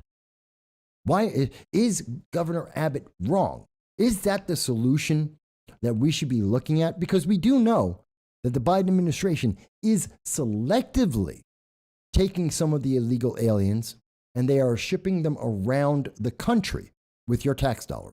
We know that for a fact. As we have covered on this program before, we have seen in Tennessee, in New York, in Florida, that we are seeing that the United States federal government are taking children who have been abused. And again, we believe it is a definition of abuse to have a parent send their child by themselves on a 1,000-mile trek with a bunch of sex slavers and drug gangs to possibly, maybe, be able to make it to America to be abandoned in a desert. That is abuse. And anything that promotes that is further child abuse. And we're seeing that the Biden-Harris administration, their response to this abuse is to take those children and to send them all around the country so that you don't notice that this abuse is going on, so that no one can highlight these children and show us the abuse that is happening. Let me take an example. Let me show you an example of what I'm talking about. Again, this is HHS Secretary Javier Becerra. And this is a conversation that he was having in reference to with the House Budget Committee hearing. And he was speaking with Representative Byron Donalds, who is a representative from Florida. And I want you to hear the conversation that they had. Again, the links will be available in the description. Sometimes these hearings, it seems like we're going back and forth, but that's because we have a limited amount of time, a lot to get to. Quick question. When I was at one of the Border Patrol facilities, I believe it was down by Fort Bliss, El Paso section, there are buses and there are motor coaches that were coming and picking up children 15 at a time, 20 at a time, 30 at a time. How many buses is HHS contracted to move illegal immigrant children across the United States away from holding facilities by the Department of Homeland Security? Congressman, I would ask you to make sure that your reference back kids have requested asylum, whether or not It's they regardless of their asylum question, is how much has HHS contracted with to move children across the United States? but their presence here is not as you categorize it. They have requested asylum, therefore it's an unfair characterization. Did And they ultimately have to leave request the country. asylum at the southern border at an illegal point of entry? Is the southern border an illegal point of entry for immigration purposes, yes or no? When you are requesting asylum, you are conveying that you are trying to escape. Do you see what's happening here? Secretary Becerra, knowing that there is limited time, being reminded by a member of Congress that there is a limited amount of time to answer the questions, what he's doing is he's playing semantics. He's dodging the question. Oh, you can't call them illegal aliens. They are illegal aliens. That is the legal definition of individuals entering the United States without the permission of the United States, without legal documentation and authorization to enter the United States. He's wasting time. He's doing it on purpose because he doesn't want to answer the question, because he wants to avoid being on record for the answer about these immigrant children who have been abused, and now that abuse is being hidden using American citizens' tax dollars around the nation. It's really sad, and it's something that is not being highlighted by most news media. They're not calling out what he is doing. Mind you, it is not a new tactic. This isn't a new idea. We see this a lot, and we've seen it from the right, we've seen it from the left. And I would say, call it out each time it happens. But it's devastating to see, and it's insulting to see how he's doing this, as we know. And we are being told by our government that we have wave upon wave of illegal alien coming. We have been talking about it since December of 2021, that there are waves of illegal aliens that are on their way to the United States as we speak, and they are at our southern border right now, and they are abusing children to do this. And the Biden-Harris administration, they are turning a blind eye. But let me let this finish up. All right, real quick, 15 seconds. Last question, Mr. Secretary. Title 42 is about to be undone by the administration. Does your budget account for a surge of new migrants, illegal immigrants, however you want to phrase it, that are going to come to the southern border and request asylum under the most broad interpretation of asylum in American history? Is HHS prepared in the current budget to deal with the massive increase of people that are going to come to the United States, including illegal immigrant children? We appreciate the work that Congress has done to provide us resources, try to provide legally obligated services for the migrants. We're going to do the best. Completely and absolutely did not answer the question, did not go anywhere with it, completely and absolutely blew past it, wasted the time, knowing that he could not be asked another question, knowing he did not answer the question, which is essential to the American people, because if he did answer the question, the news media, at least some of them, would have reported it and would have told the American people what's going on. That needs to be called out when it happens. This is affecting children. We are talking about children, the very same people who are telling us, that we must, absolutely, positively must go out there and allow children to decide their own sex. The very same people who are telling us that we have to be LGBTQ aware and allow children to make their decisions about their bodies, these very same people are also at the same time telling us that it's perfectly fine to abuse children in 1,000-mile treks to send them into the United States, that they are perfectly fine with the abuse of children on one hand, and on the other hand, saying, you know what, let kids make their own decisions, otherwise that's abusive. Makes no sense. I, in fact, believe that Democrats are very, or at least the elected officials, are very aware that they're being abusive at all ends to children. And they just don't want you to pay attention to the details. They know it's abusive to allow an 8-year-old to change their body forever without understanding the consequences of what they are doing. They are equally aware that it is child abuse to encourage or to allow individuals to send their children on 1,000-mile treks without food or water, without supervision, surrounded by individuals, pedophiles, sex slavers, and drug gangs, knowing that that child may die for an uncertain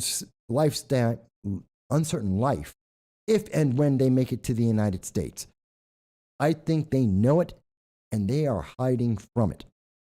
And that's why they do not want to have Governor Abbott take children from Texas, or take any illegal aliens for that matter, from Texas, and to send them over to Washington, D.C., where all the news media in America is. Every major news media organization has an office in Washington, D.C., and they would have to take photos. They would have to report on those illegal aliens, thousands of them coming into the United States every day, and that they would have to be accommodated. They would have to get attention on that, which is why the news media is denouncing Governor Abbott and why they are trying to downplay this and they are trying to hide it, because they do not want the American people to see the abuse.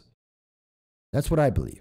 Now, if someone on the left wants to tell me, Mike, you just misunderstand that, that's not the case whatsoever, this is not child abuse, please explain to me. Let's work with our definitions. If you do not believe it is child abuse to send a child 1,000 miles by itself without food and water, surrounded by pedophiles, sex slavers, and drug gangs, if you don't believe that's abuse, please explain to me why not. Is there anyone on the left, anyone who supports open borders or child immigration into the United States, the Biden-Harris immigration policy, anyone want to answer this? Because I have never heard a single person in the news media ask this question of politicians, and I have never heard a politician address this subject and answer it. And they should. And they should. Left, right, center, libertarian, they should all answer this. Because this, I believe, is the core of one of the problems that is facing America now and into the future. I truly believe that. Mike Bowie, by the way, had said, yes, send them to Wilmington, Delaware, or Martha's Vineyard, which again, that's in New York State and in Delaware and over on the border in Maryland. Why not? Those are areas that say this is perfectly fine, that this is all acceptable, and they're not paying for it. Matter of fact, I know we're sending children into New York City on flights that are paid by taxpayers in the middle of the night so that the public doesn't know about it, hide it from the public. We know they're sending them to Tennessee, but they're not sending them to Wilmington, Delaware. They're not sending them to Maryland. They're not sending them to Martha's Vineyard. They definitely won't send them to D.C., L.A., San Francisco. I wonder why. I wonder why. Maybe you think I got it wrong. That's okay. Why? Why am I wrong? How is this not, by definition, child abuse? How is it different than the abuse that we see in allowing an 8-year-old to change their bodies forever? How is that not abusive? I have yet to hear any member of Congress, any member of elected office answer that question. Partially because they aren't being asked that by anyone except me, and they are running away from the question. They're running away from small media. They will not answer that question. They will not speak to constituents who ask that question. They're dodging for their lives. They're hiding from this. And why are we re-electing those people? Why do we re-elect these people that will not respond to constituents, that pick and choose the question they're going to answer because they think they know better, because they have the answer, and the answer is, let's dodge the question. It's somebody else's problem. That's very upsetting to me. I don't know, maybe it's just me. But there was some other stuff I wanted to address here. And when I say that the news media is avoiding answers, that they're dodging questions, that they're not answering things from the public, let me show you something. Did you see this? This is covered by Sky News, and it's something that has not really been addressed by most of the major news media. I'm going to show you the full conversation that a college student had with CNN's Brian Stelter. I want you to hear the full thing that was asked of Brian Stelter. Then I'm going to go to what Brian Stelter answered. Let's listen. Oops. There it is.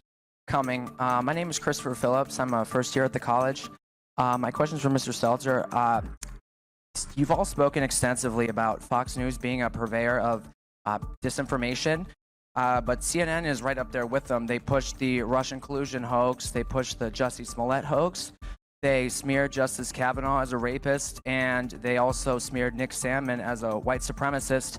And yes, they dismissed the Hunter Biden laptop affair as pure Russian disinformation.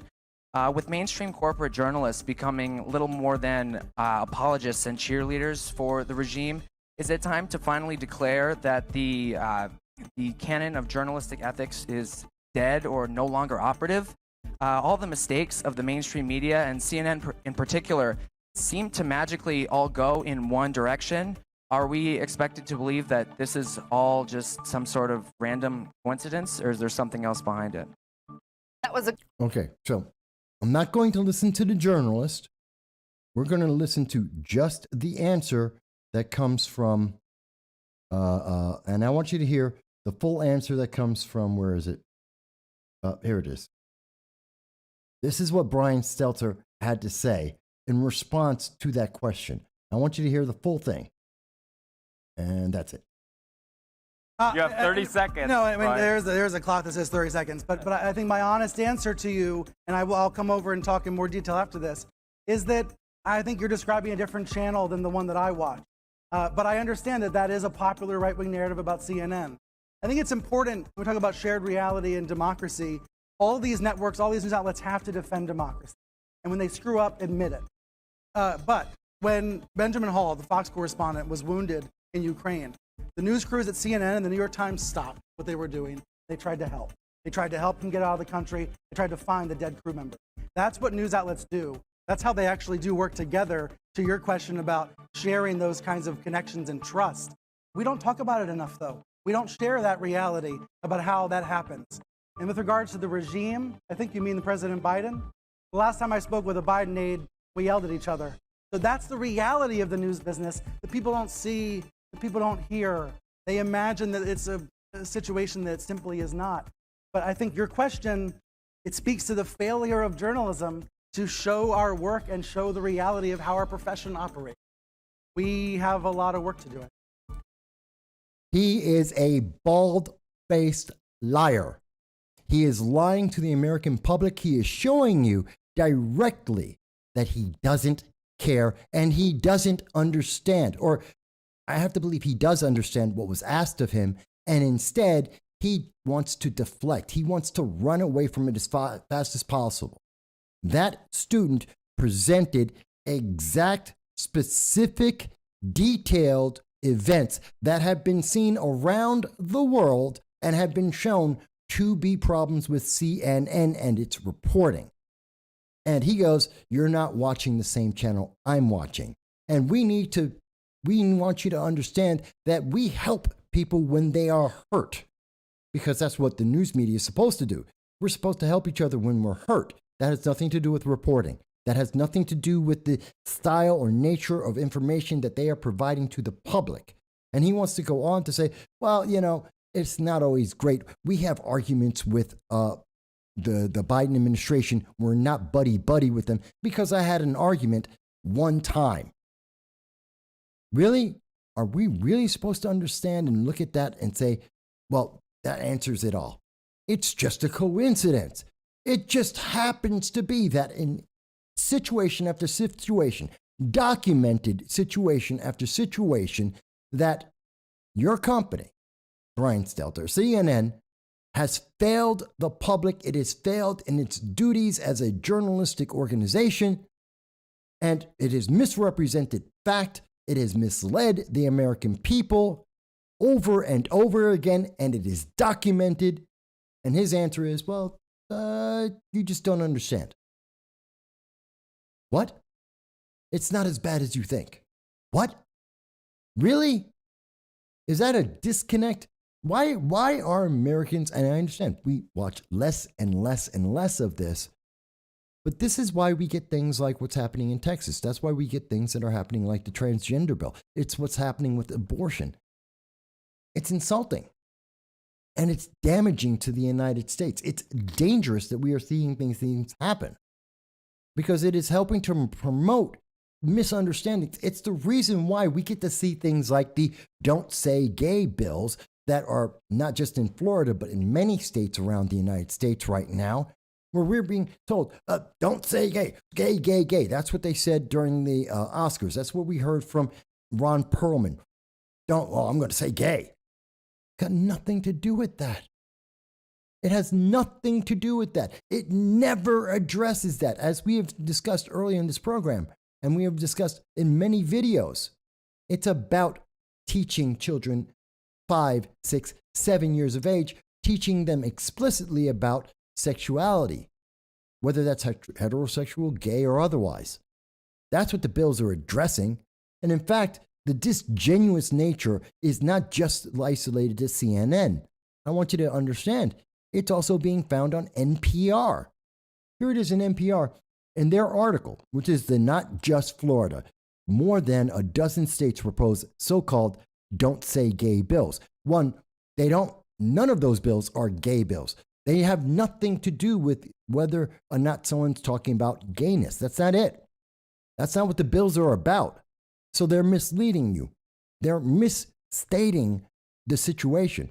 They go on to say the specific details regarding the bills vary between states, but overall, they seek to prohibit schools from using a curriculum or discussing topics of gender identity or sexual orientation. Do you know what they left out of this? There's one thing they left out of this for minors, for children that are ages 5 to 8. That's a commonality that all of these bills have that they do not want to emphasize and they do not want to address. They want you to think that that somehow these states are denying 18-year-olds, 17-year-olds. No, we're talking about children in kindergarten, and they will not mention it. In this entire article, they do not mention once the age of the children that are being affected by these laws in so many states. I believe it's 4 times in this entire article that they even mention that this is focused on elementary school children. 4 times. That's it. They want you to believe that this is something that is affecting children all over, that this is about transgender, this is about gay love. No, not for 5-year-olds it isn't. Not for 5-year-olds it isn't. Unless you're in NAMBLA, this isn't about gay love or straight love or any other kind of love. That's not an access point. We have teachers like this teacher, Paula Stevens, who is saying, it makes me wonder, when I talk about families in my classroom, am I going to be violating this law because the children were having discussions about what their family looks like? Well, if you're talking about the sexuality of your family, yes, you're violating the law because 5-year-olds don't need to know about your sexuality. But if you're talking about your family, talk about your family. The law doesn't prevent you from talking about families in general. It does have a problem with you talking about sexuality, which is a different thing. For 5-year-olds, over and over again, the bills are very, very explicit. They are very clear that they are talking about children, and they're talking about, in particular, not just children, they're talking about children who are minors, who are the most at risk and the most impressionable. Why are we letting them get away with this? This is insulting. It's crazy. As Mike Bowie mentions, they're professional liars, just like Jen Psaki. They're there to mislead you, to misunderstand the situation, to try and make you have an understanding that has nothing to do with it. They're manipulating you. Again, over and over and over again. It scares me.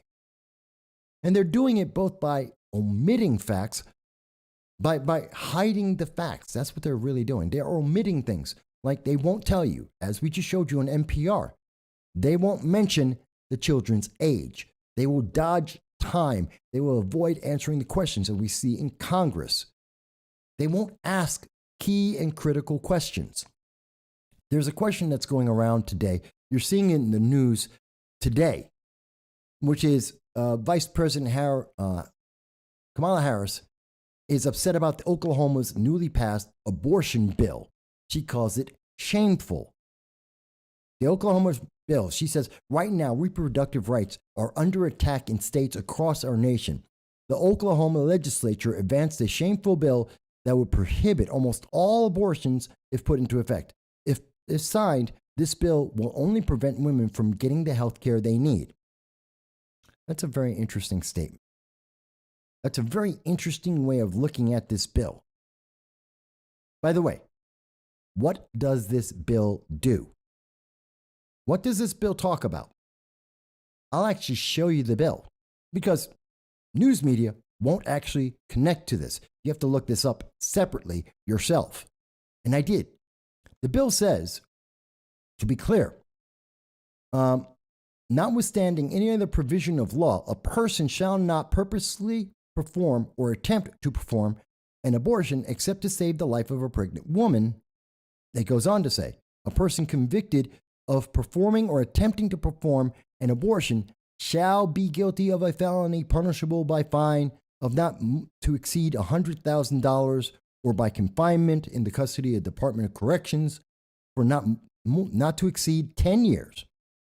This section does not authorize the charging or convicting of a woman with any criminal offense in the death of her own unborn child, or it does not prohibit the sale, use, prescription, or administration of a contraceptive measure, drug, or chemical if the contraceptive measure, drug, or chemical is administered before the time when a pregnancy could be determined through conventional medical testing, and if the contraceptive measure, drug, or chemical is sold, used, prescribed, or administered in accordance with manufacturer instructions. Okay, what does that all mean? Because I know a lot of people are like, Mike, that's legal. I don't understand that. No problem. By the way, Hot Chicks, always good to see you. I'm glad you're here with us. Cubs baseball? Okay, whatever. I don't follow baseball. Haven't since Reggie Jackson left the Yankees. But cool. This bill is something that people in Oklahoma want. Oklahoma has the 10th Amendment. They have the right to pass any law that their people want to have. That is a fact. That is the Constitution. That is the rights of a state and the rights of an individual. So we have to understand that. And the people of Oklahoma are saying that they don't want to have abortions in their state. You can go to another state, but not in their state. And they're not saying that you can't have contraception. And even the morning after pill is legal in Oklahoma. But if there's a heartbeat on that baby, no, that's not legal. That's an independent life, separate of the parents, and that life must be protected, which is the basis of a constitution. It's one of the reasons why our government exists. And I understand the Biden administration that is unwilling to protect Americans in Afghanistan, that is unwilling to protect Americans in the Ukraine, wouldn't consider that they should need to protect babies, unborn American citizens. They wouldn't consider that to be part of their responsibility either. They don't find responsibility to protect American citizens in general.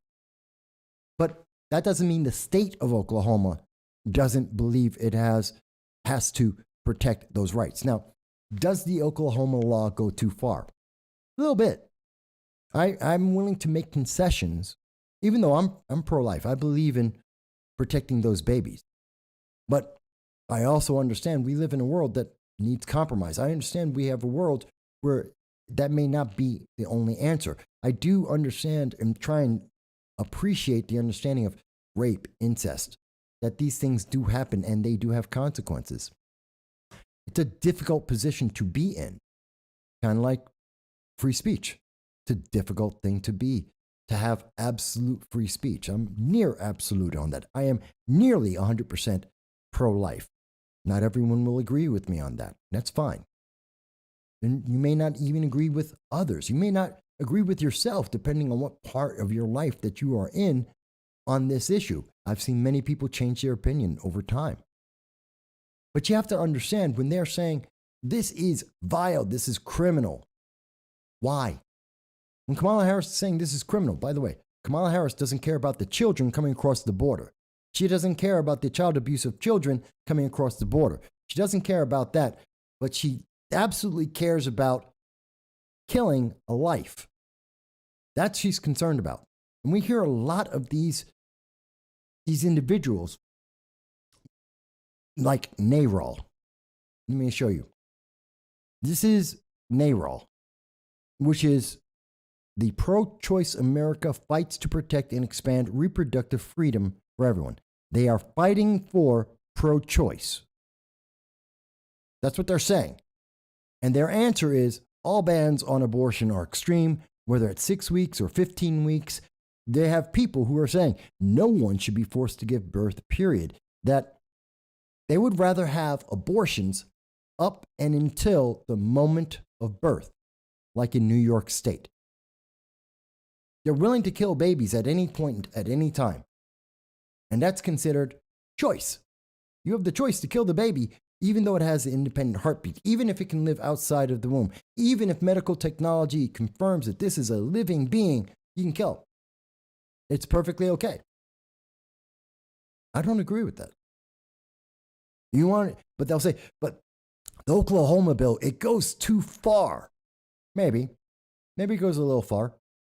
But if the alternative is kill a child versus going too far in protecting a child,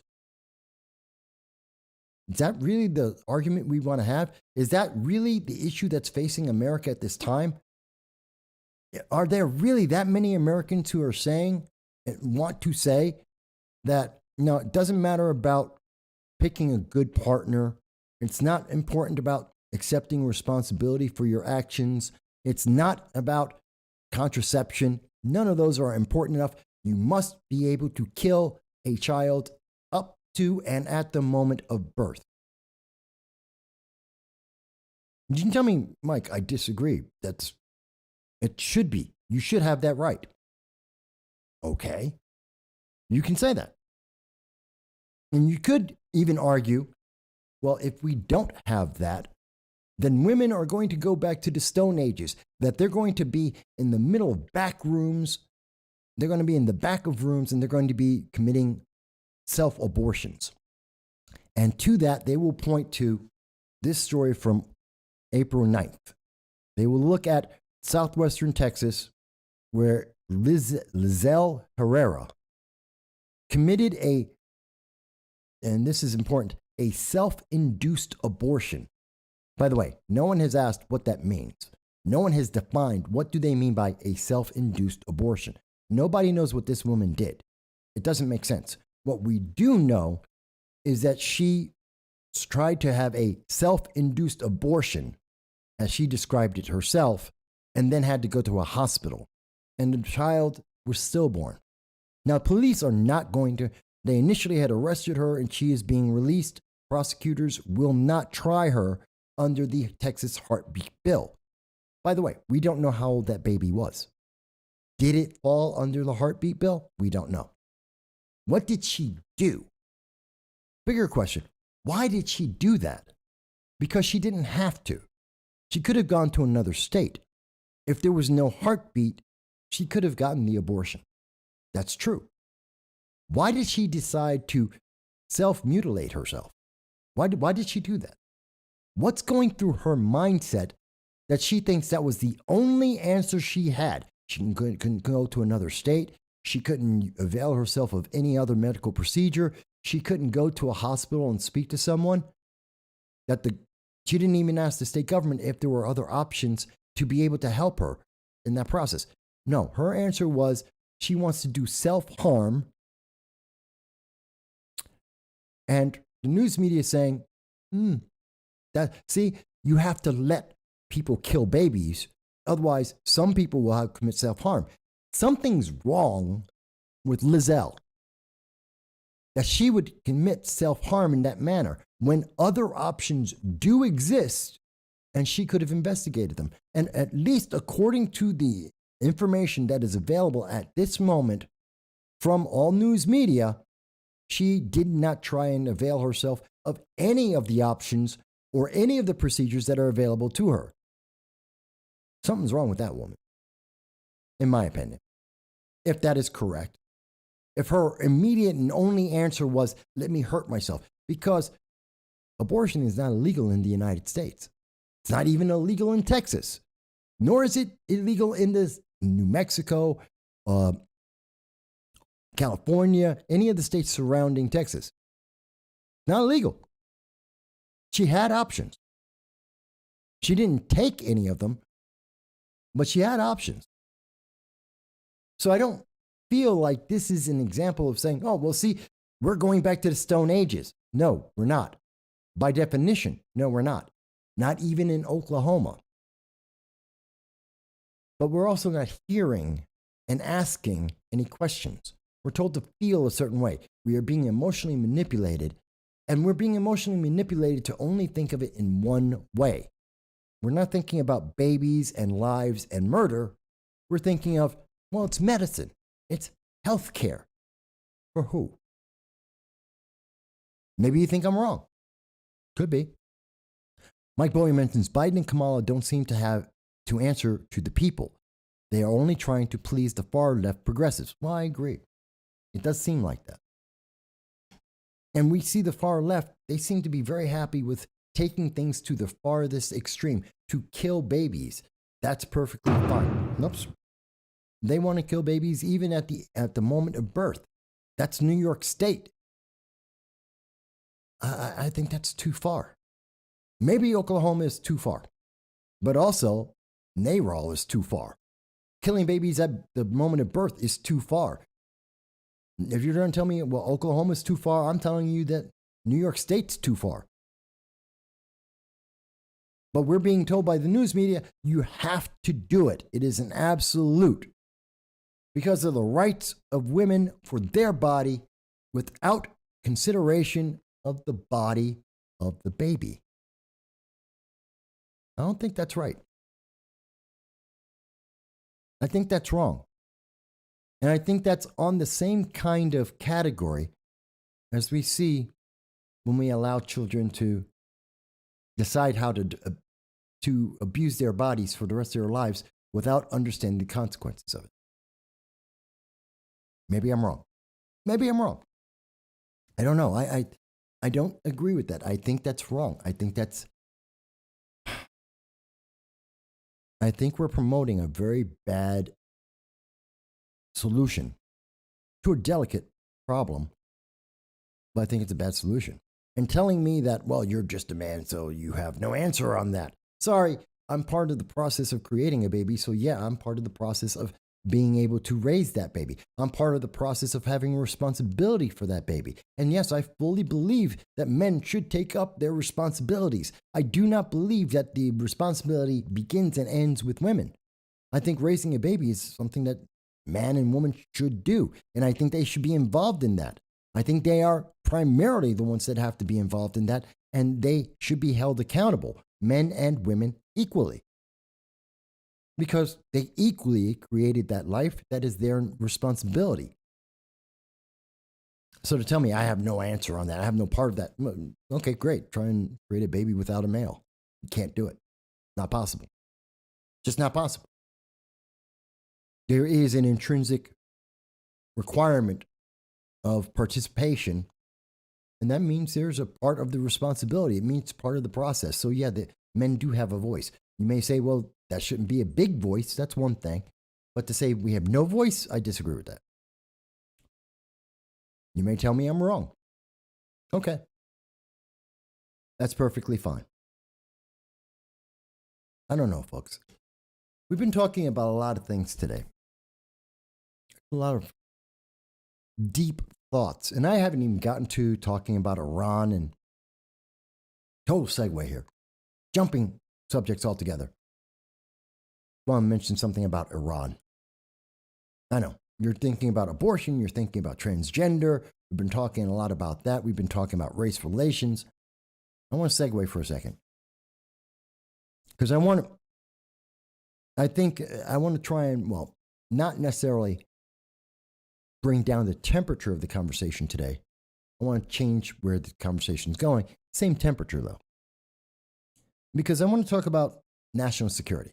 Because I believe that falls in line with immigration, illegal immigration. I think that has a consequence when we're talking about abortions. The continuation of America as it exists. If we're killing our futures and we're allowing people just to run rampant into our nation is not secure and it will not continue to move forward. That makes sense to me, which means we have to pay attention to national security, and we have to ask questions and get answers, kind of like what we see here with Marsha Blackburn and with Secretary of Defense Lloyd Austin. And this is what they were talking about back on April 7th. What will the living arrangement for non-binary service members? Are you all going to go back to us and ask for an appropriation? Senator, any study that we do, it will certainly be transparent and make it available to you. And what about gender fluid and how we handle service members identified as male on some days, male on other days, or polygender? I don't care to speculate on what we're going to ask you for, or how we're going to qualify people. Again, some of this is in litigation in various states, and I think it's best to take your question. How are we going to protect America? Taking into stop. Sorry, that's my puppy in the background. How are we going to take care of America if we can't even define who are the people in America? Gender fluid. Can you imagine how that's going to impact our military? How can we train people? We don't have a standard to train them by. It's gender fluid. So somebody comes in and they can't do the push-ups of a man, so they say they're a woman and they don't have to do push-ups at all. Is that going to help us be effective? Is that a way for people to dodge responsibilities in the military? To fail to do their jobs because one day they're one gender and the next day they're another? How about how do we have living assignments? How do we have people live together in barracks or work together out in the field? If one day they're one gender and the next day they're another gender, which could cause massive confusion and conflict. Does that sound like it's in the best interest of America? Does that sound like that's going to make our nation stronger? That it's going to appeal to more people to be in that kind of a confused state, especially at a time when their lives are in danger? Does that make sense? And we don't even understand it. Secretary Lloyd Austin doesn't even know how to answer the question because it doesn't make sense. And we're supposed to be defending ourselves from countries like Iran that want to blow us up, that want to promote global terror. They're telling us to give them more money even before we get to a nuclear deal, an Iran nuclear deal. As reported by Reuters, we are hearing them say, give us money now, even before we agree to an Iran nuclear deal, at the same time that they are listening to our Secretary of Defense say, we don't know what's going on with the future of our military. So we want to give money to a nation that's trying to build nuclear weapons, a nation that has promised for 4 decades to destroy America, a nation that is the leader of global terror in the world. They're asking us for money to maybe consider a deal that lets them continue to try and attempt to destroy America at the same time that America is having a discussion trying to figure out whether a man is a man or a woman is a woman in the military. Does that sound like we're secure or safe, or that this is a good conversation, that this is going to benefit us? I don't know. I don't really think it does. And maybe you think I'm wrong. Maybe you think, well, Mike, you're just not understanding it. I don't know. I don't think I'm misunderstanding it. I think I'm asking a question that the rest of the news media doesn't even want to ask you. They don't even want to present that to you. And you have to ask, why? Why are they telling you how to feel about this, but they won't actually ask you what you feel about this? They won't ask you to think about it. Why won't they even do that? What's the agenda that they have? I don't know. I think it's troubling. I think it's a problem. You may disagree with me.